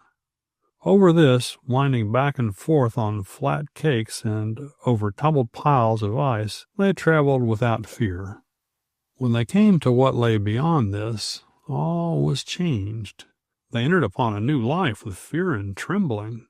True, the ice, pressed hard on shore by a north wind, was not at this moment moving. Yet the slow rising and falling of a broad cake of ice here, the crumbling of a pile there, told them that they were now far out over the fathomless ocean. Told them, too, that should the wind shift to south, east, or west, they might at any moment be carried out to sea, never to be heard of again. "Can't be helped," Jennings said grimly, as Joe spoke of this. "When the lives of 30 of Uncle Sam's brave citizens are at stake, one does not think of personal danger. He goes straight ahead and does his duty. Our duty lies out there." He pointed straight over the ice floes, which lay far as eye could scan, out to sea. "Right-o!" said Joe, as he turned to urge the dogs forward. It was hard on Joe, this urging of his faithful 4 forward over the difficult trail. "'Twouldn't be so bad," he told them, "if I wasn't driving you straight on to your own destruction. To think that after all this struggle, your reward is being eaten by some starving explorers. That's what breaks my heart." "Oh, well," he sighed as he climbed a tumbled pile of ice fragments. "There may be a way out yet." Night came on, and still by the light of the moon they fought their way forward. Every moment counted. Their own lives, as well as the lives of those they sought to rescue, were at stake. Only when the dogs, completely exhausted, lay down in the traces and howled piteously, begging for rest and food, did they pause and seek a camping place for the night. A broad cake of ice some 100 yards wide from edge to edge was chosen.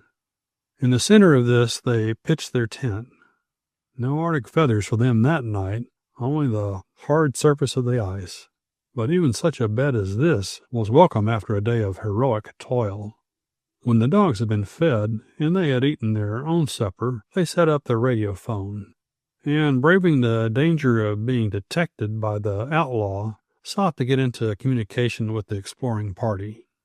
"Got to find out whether we are going right," Joe explained.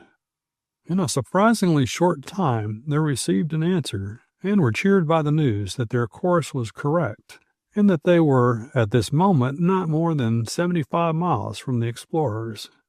With good luck, did not the ice floe begin to shift, they might almost hope to meet the men they sought at the evening of the next day, and to relieve them of their suffering from hunger.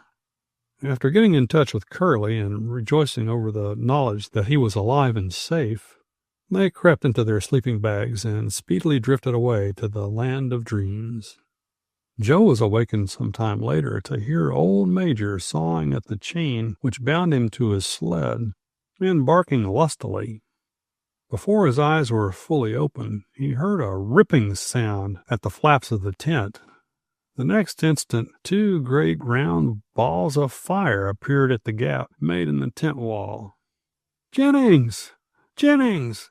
he shouted hoarsely. "A bear! A bear!" The polar bear, attracted by the sound of his voice, lunged forward, taking half the tent with him. Joe had scarcely time to creep back into the depths of his sleeping bag when the bear's foot came down with a thud exactly where his head had been a second before. What Curlie Carson saw, as he plunged toward his reindeer there at the edge of the scrub forest, was a spectacle which might well have staggered a person much older than himself. The forest of scrub spruce was on fire. The fire was traveling toward him, seemed indeed to be all but upon him. There was not a breath of air. The fire traveled by leaping from tree to tree. The very heat of it appeared to seize the dwarf trees and, uprooting them, to hurl them hundreds of feet in air. It was such a spectacle as few are called upon to witness. A red column of flame rose a sheer 100 feet in air. Dry, rosiny spruce cones and needles rose like feathers high in air, to go rocketing away like sparks from a volcano. The sky, the very snow all about him, seemed on fire. "And near, so near," he muttered through parched lips, as he tore at the thong which bound his terrified reindeer to the willow bush. His thought had been to loose the reindeer and, clinging to the sled, attempt to escape. It was fortunate that the thong resisted his efforts, for just as he was about to succeed in loosing it, he caught above the tremendous roar of the fire a strange cracking. The next instant he saw a vast herd of wild and half-tamed things, all maddened by the fire, bearing down upon him. There was just time to flash his knife twice, to cut the thong and the sled strap, then to leap astride the white reindeer.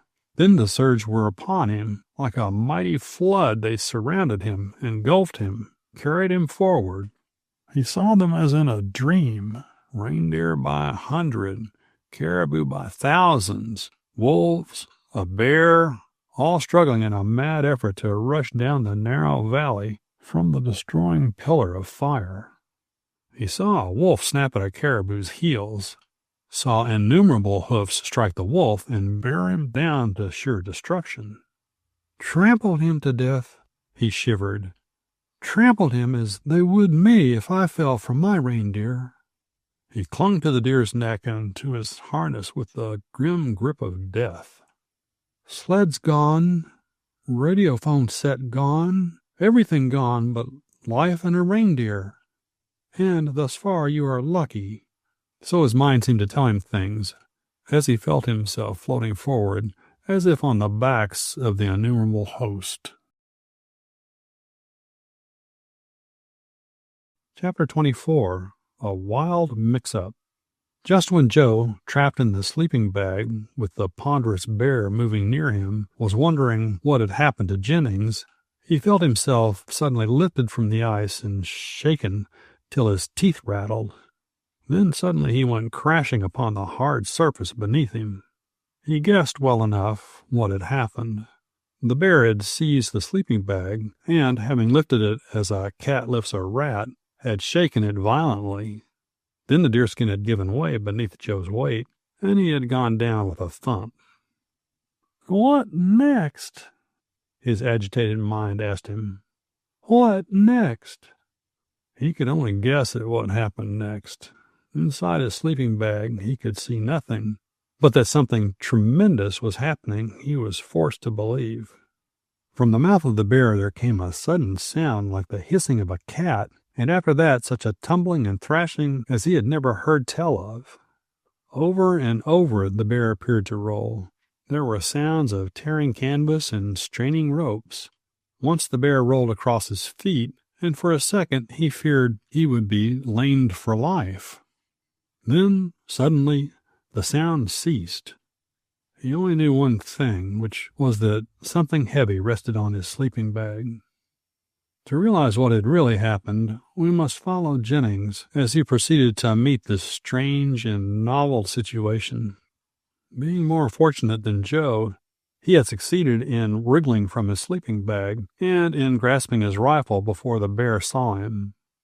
He had been engaged in the business of getting a bead on the bear's ponderous head when there came a sudden tearing at the ropes of the tent. The next instant it doubled up and came flapping down on him. If you are able to imagine what it might be like to be caught in a net with a whale, you have some notion of Jennings' position at this time. The tent had enveloped both him and the bear. Together they rolled over and over. One moment it seemed he would be crushed to death, and the next, as an opening appeared, a new rent in the canvas, it seemed that he might be freed.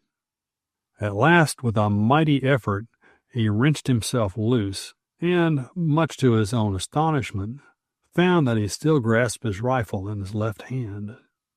The bear was still thrashing about. Joe was still buried beneath the tent.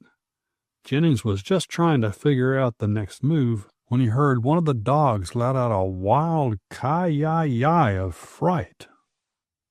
Wheeling about, he saw a huge bear grasping a dog by the middle of the back with his teeth and attempting to carry him away. Since the dog was chained to a sled and 6 other dogs were also chained to that sled, it was necessary for him to drag the sled and 6 very reluctant dogs after him. Be funny if it wasn't serious, said Jennings grimly, as he took steady aim at the beast's head. 3 times his automatic rifle barked. The bear crumpled up in a heap. There was, however, not a second to be wasted.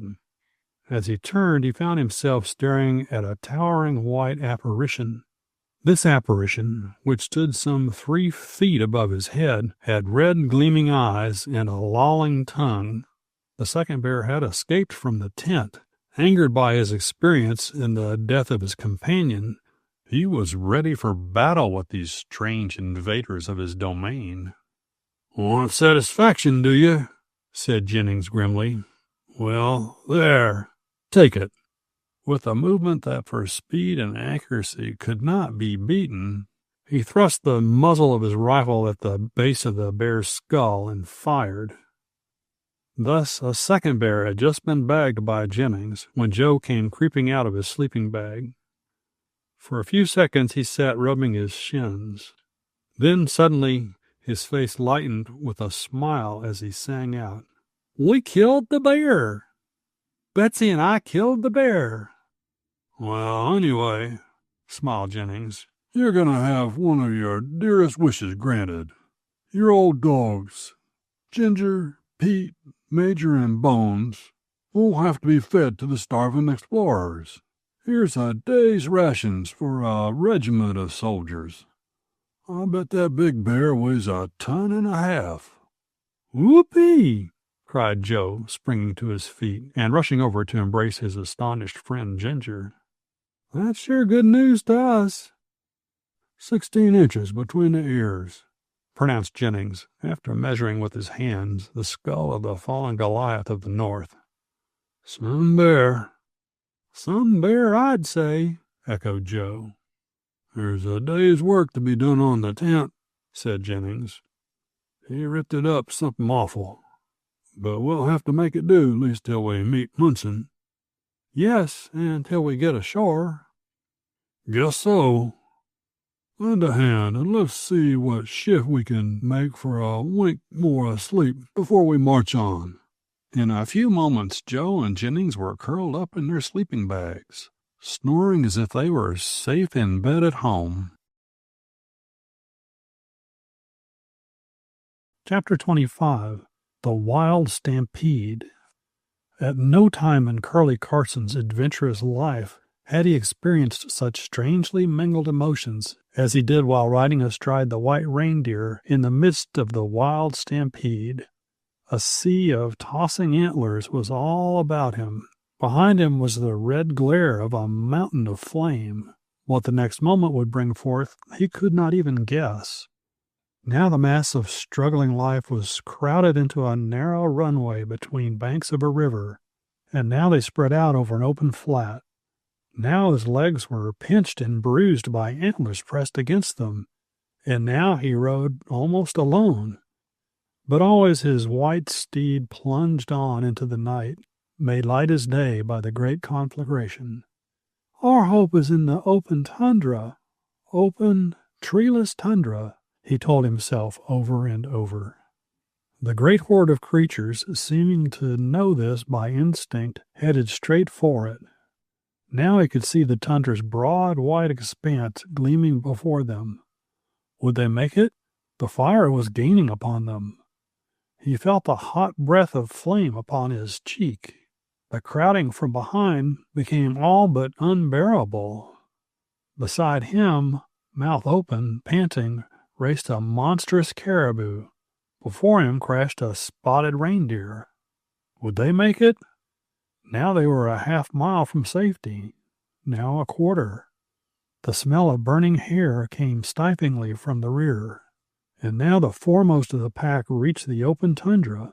Then, like a swollen stream which has suddenly broken through its barriers, they spread out, racing still over the silent, glistening expanse of white prairie-like tundra. A few of the weaker ones have perished. The great mass of this wild life is saved, was Curlie's mental comment. A mile from the flames, Curlie dropped stiffly from his place on the reindeer's back, and, patting his head in grateful appreciation, tied him with a loose rope to a willow bush. There, he murmured. Feed up a bit. The reindeer began digging in the snow for moss, while Curlie climbed a nearby knoll to have a look at the strange spectacle. As each wild creature pursued his own course, Curlie looked on with interest. The wolves were the first to slink away. The bear, a huge barren ground grizzly, climbed a distant hill, there to suck his sore paws and nurse his grievances. The caribou began passing to right and left like some army ordered to deploy, and, in an astonishingly brief space of time, had all disappeared. Only the reindeer, 500 to 1,000 in number, remained to feed peacefully upon the moss of the tundra. Well, Curlie said to himself, it seems I've come into possession of a reindeer herd. Don't see as they have any masters, no men in sight. Just then a dog barked. It was answered by a second one. Dogs, he exclaimed. 2 of them. That's interesting. Wonder what kind. Putting 2 fingers to his lips, he sent out a shrill whistle. A moment later, 2 beautiful collies came racing up to him. Collies! He cried in great joy. Reindeer collies! Why, here I am all set up in business with a herd of reindeer and collies to help herd them. He sat down to think. This was undoubtedly the herd which had been held by the Indians. Had the fire caught them unawares, and had they been burned alive, or had they set the fire in hope of concealing their theft of the reindeer? If they're still alive and did not set the fire, he told himself, they'll be along after the fire dies down, and there'll be more trouble.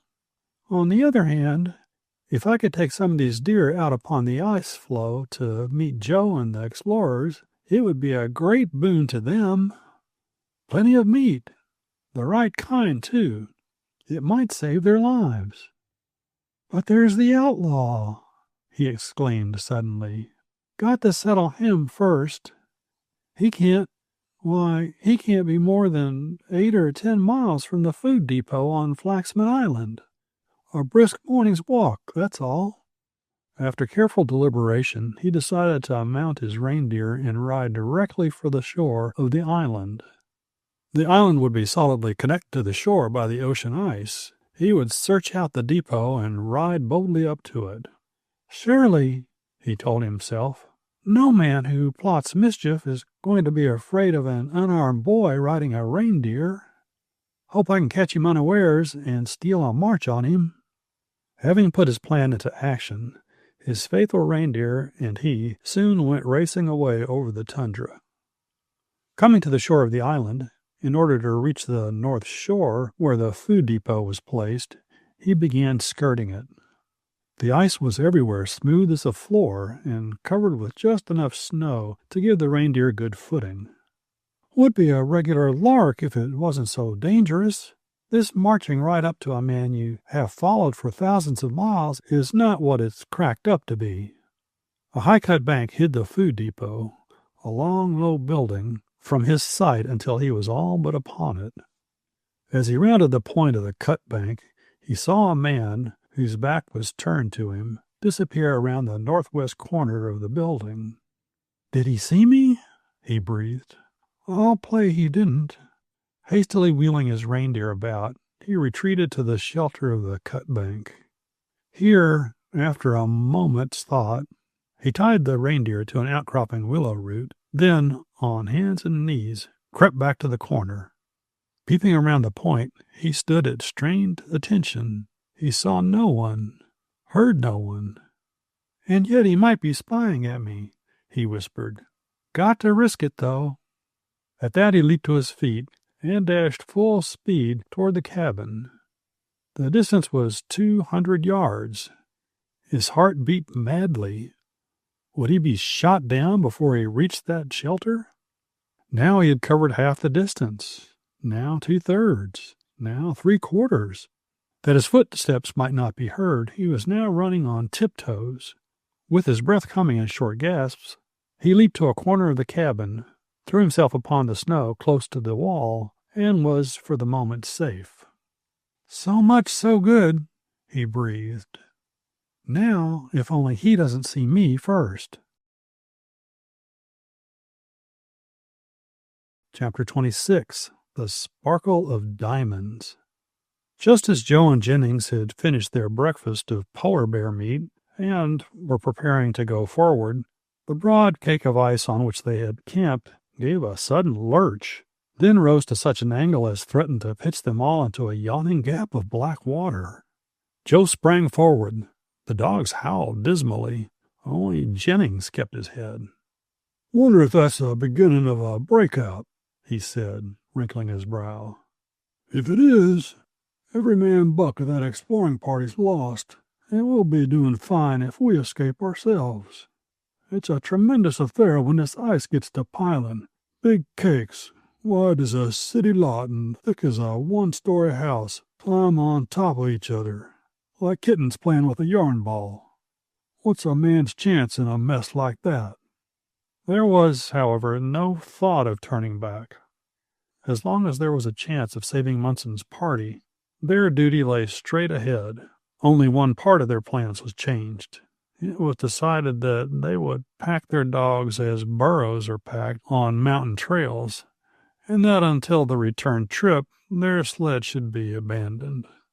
It was a strange procession that started out over the roughly piled ice. Jennings, with a bulky sleeping bag strapped to his back, led the way. He was followed by a long line of dogs. On each dog's back was securely fastened a long strip of meat. Joe brought up the rear with the other sleeping bag. Had an airplane passed over them as they moved forward, its pilot might have seen what seemed some huge brown worm wriggling its way in and out among the ice piles. To their great relief, the ocean staged no more demonstrations. The ice remained motionless. All day, guided by a compass, they made their way forward. Far into the night they traveled. 2 hours after midnight, they ate and rested. then again pushed forward.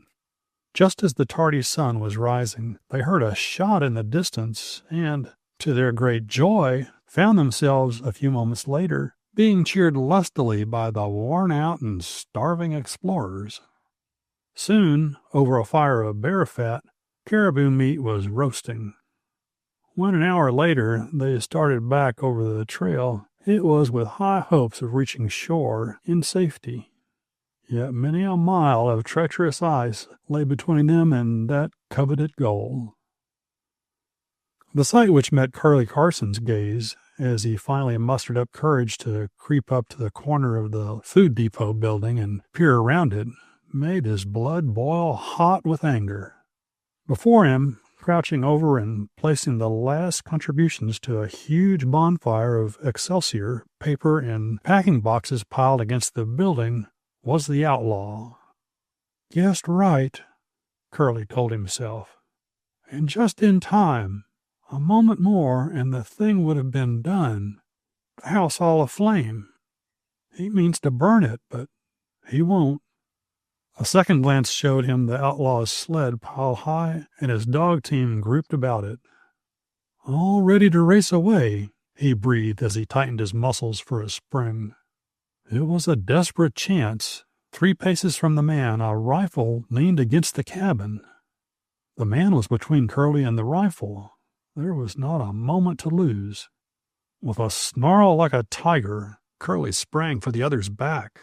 They went crashing to the snow in a heap. The struggle was brief and terrific. When they broke their hold, Curlie was bruised and bleeding, but he had gained a point, an all-important point. He was now between the man and his rifle. Quicker than a cat, he sprang for it, and the next instant aimed it square at the other's breast. With a wild cry of terror, the man turned and fled toward the shore where ice was piled in jagged heaps. Still panting from his recent struggle, Curlie followed him slowly. He was examining the rifle. It was a new design, totally unknown to him. "Good thing he didn't know I couldn't fire it," he breathed. "They say what you don't know don't hurt you. Well, that's one time it did." After a moment's struggle, he discovered the rifle's secret. He smiled as he walked out upon the ocean's ice. "Thinks he can hide from me. Guess he failed to notice that in this still, cold air, one's breath rises far above him. He'll have to stop breathing if he wishes to escape." He walked straight toward a high ice pile, and a moment later had the pleasure of seeing a dark object dart away from it. "I could shoot him," he told himself. "Deserves it, too, trying to burn those supplies and leave 30 men to freeze and starve. Wonder why I did it. I'll find out. I'll tire him out, then capture him. After that I'll ask him." But he never did. The game of hide-and-go-seek had lasted for 2 hours when the man pursued started straight across a broad expanse of ice which was smooth as a floor. "That looks dangerous. Looks like new ice," gasped Curlie as he threw himself flat down upon it. With his sheath knife, he hacked at it until a stream of water came bubbling up, and he heard the wild rush of the current that raced on beneath it. "Not more than half an inch thick," he breathed to himself.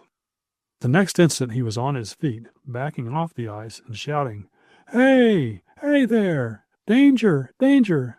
Thin ice! He did not complete the last word, for just at that minute there came a wild shout of despair.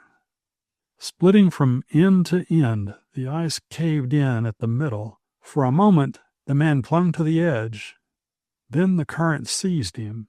Just before he disappeared, his right hand went up, and a shower of sparks, which glimmered and glistened like stars, went shimmering away across the dark water to light upon a broad stretch of ice which had not broken. "Diamonds," breathed Curlie.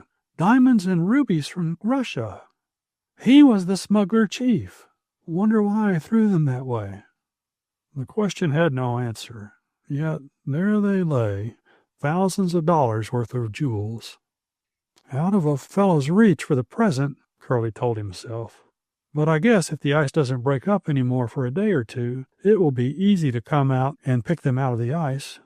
And now, he told himself, I must get in some quick work in behalf of our friends the explorers. With a whole reindeer herd at my disposal, I ought to be able to do something. He walked away for 100 yards, then paused to look back. It's tough, he told himself. Tough to be blinked out like that. No question he deserved it. But there's so much bad in the best of us that we can well afford to feel a lot of pity for the worst of us. With that, he turned and hurried away toward the shore. Chapter 27. Diamonds and Other Things. Joe Marion found that 5 members of the exploring party had had their feet so badly frozen that they were unable to walk. To carry these over the piled and tumbled ice to the spot where the sleds had been cached was no mean task. At the same time, there was every possible need for speed. An unfavorable wind at this time would mean certain death to all of them. They started out bravely and toiled on for many hours without food. When they did pause, there was only one kind of food left to them: polar bear meat. About the worst kind of meat there is in the world, sighed the great explorer as he tried to roast a bit of it over a blubber fire. The only way you can get any real satisfaction out of it is to chew a piece of it till your jaws are tired, then swallow it part way down. When your jaws are rested, cough it up and start chewing all over again.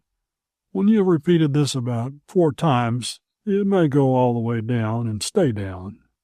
They all laughed at this plan of procedure, but found on trying the meat that it was indeed the toughest proposition they had ever tackled.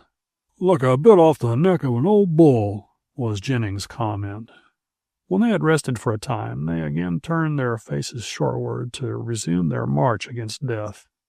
In the meantime, on shore, Curlie had made his way back to the reindeer herd. A careful study of the deer convinced him that certain of them were sled deer. Got their antlers half cut off, just stubs left, he told himself.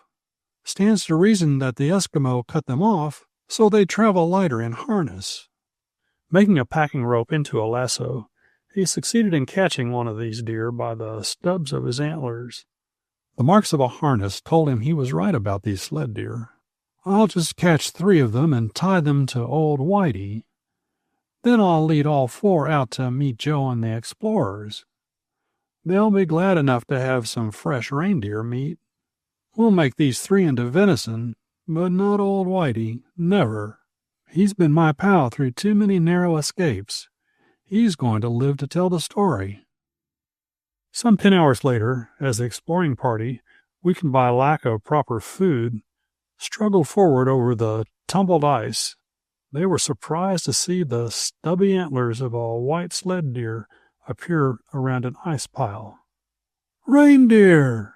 someone shouted. "Reindeer and Curlie Carson!" exclaimed Joe, fairly overcome with joy at meeting his old pal after so long a lapse of time. 3 hours later, having struggled forward to the safe and solid shore ice, the whole party sat down to a real feast of reindeer steak, while a little distance away, chained to their sled, Major, the old guard, sent out short woof-woofs in the direction of old Whitey, and Pete, the husky, who was 9/10 wolf, sawed at his chain and ki-yied his desire to leap at the reindeer's throat. When they had finished and made such shift as they could for a night's rest before making the remaining 25 miles to the food depot on Flaxman Island, Joe and Curlie sat long upon an overturned sled talking. "So you think it was the smuggler, Chief?" said Joe as Curlie finished telling of his adventure at the food depot. "Must have been. Look at the diamonds." "Then we can get 'em?" "Believe so." "But say, how about the Whisperer?" "Didn't see a sign of any such person. Guess she was just a hoax. Never existed at all." "I'm not so sure about that. I think she must be a real person." "Well, when we get back there on Flaxman Island, we'll look around." They arrived at the food depot next day. As soon as the exploring party had been made comfortable, Joe and Curlie set out to solve two problems, the problem of the Whisperer and that of saving the rubies and diamonds.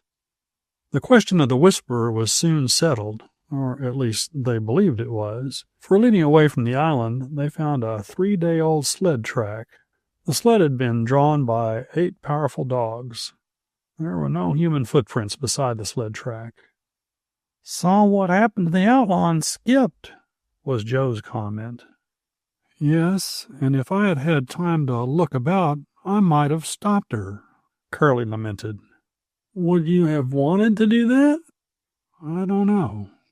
She seems to be a pretty good sort. Never did us anything but good. Though how she came to be traveling with that rascal is more than I can guess." "Well, she's gone. How about our diamonds?" Curlie led the way to the spot of the tragedy. There had been no snow. The spot was not hard to find. As Curlie had expected, the ice had frozen to a depth of 6 or 8 inches. "But where are the diamonds?" he exclaimed as he failed to catch any gleam from them. A thorough search revealed not a single stone. "Perhaps the Whisperer came back and got them," suggested Joe. "Couldn't. The ice was too thin then." Suddenly Joe bent over to examine a hole the size of a lead pencil in the ice. Bending over, he chipped away at the ice for a second, then, straightening up, gave out a wild shout. "Whoopee!" He held in his hand a splendid solitaire. "Melted its way into the ice," he explained. A careful search revealed other such holes. After 2 hours, the boys had succeeded in securing 28 stones. When they felt they had rescued the last one, they turned toward camp. "We're rich," laughed Joe. $20,000 worth of cut stones and 50,000 worth of reindeer. "Rich for a day. The stones we must turn in to the customs department, and the reindeer herd must be returned to its rightful owners. I must get McGregor, the deputy, on the air at once and find out about that." 3 weeks later, the two boys were once more on the Valdez Glacier, just 1 day's journey from the port where they might catch a boat for Seattle and the great outside. Their adventures on the Yukon Trail were about at an end. One question remained unsolved. Who was the Whisperer, and where was she? It had been established as a fact that the outlaw was the leader of the band of smugglers. Since he had been deprived of his illegal gains by the loyal action of Munson, the explorer, in breaking up his band, he had planned a cruel revenge, that of destroying his supply station and leaving him with his faithful companions to starve. Curlie's prompt action had averted the catastrophe. But where was the driver of that powerful dog team that had left the supply cabin, and where now could she be? Curlie was seated in his tent, nodding over his radiophone instruments and thinking of this problem and many other things. He remembered the gratitude of the Eskimo upon the return of the stolen reindeer herd. Thought, too, of the frank praise of the explorer Munson when he had parted with him on the trail to Dawson. The jewels had gone with Munson to Dawson, so all matters were cleared up, and Curlie was ready for some new undertaking. In the corner of the tent, Joe Marion was having a last romp with his faithful 4, Ginger, Pete, Major, and Bones. Tomorrow he would return them to the owner from whom they had been hired in Valdez. "Do you know," he said, a suspicious huskiness creeping into his voice, "I once heard an old sourdough musher say that of all the things he had in the Arctic, he hated most to part with his dogs. I laughed at him then, but now I know it's true." "Yes, sir," answered Curlie. "It's queer, but you—" He broke off suddenly. His nose began wiggling like that of a rabbit eating clover. He was getting something from the air. That something was a whisper, the whisper of the Whisperer. It said, "Hello, Curlie. Are you there? You didn't see me there, up at the top of the world, on the shore of the Arctic, did you? I thought you had better not. But, Curlie, they want you on the trail that leads over the great American desert. Big things, Curlie. I heard them calling you. You may see me there, for that is my home, and I'm going back." The whisper ended. Curlie sat staring into space, thinking, is the whisperer a real person or only a ghostly spirit of the air? Almost as if in answer to the question came a call from the station at Valdez, a relayed message telling him to report for duty on the American desert at once. "Whew!" he breathed as he mopped his brow. "I may solve that mystery yet." How he struggled toward its solution, and how he continued to be of service to his country and his fellow men by the aid of his radiophone and his wonderful ears, will be told in the next book entitled The Desert Patrol. End of On the Yukon Trail by Roy J. Snell.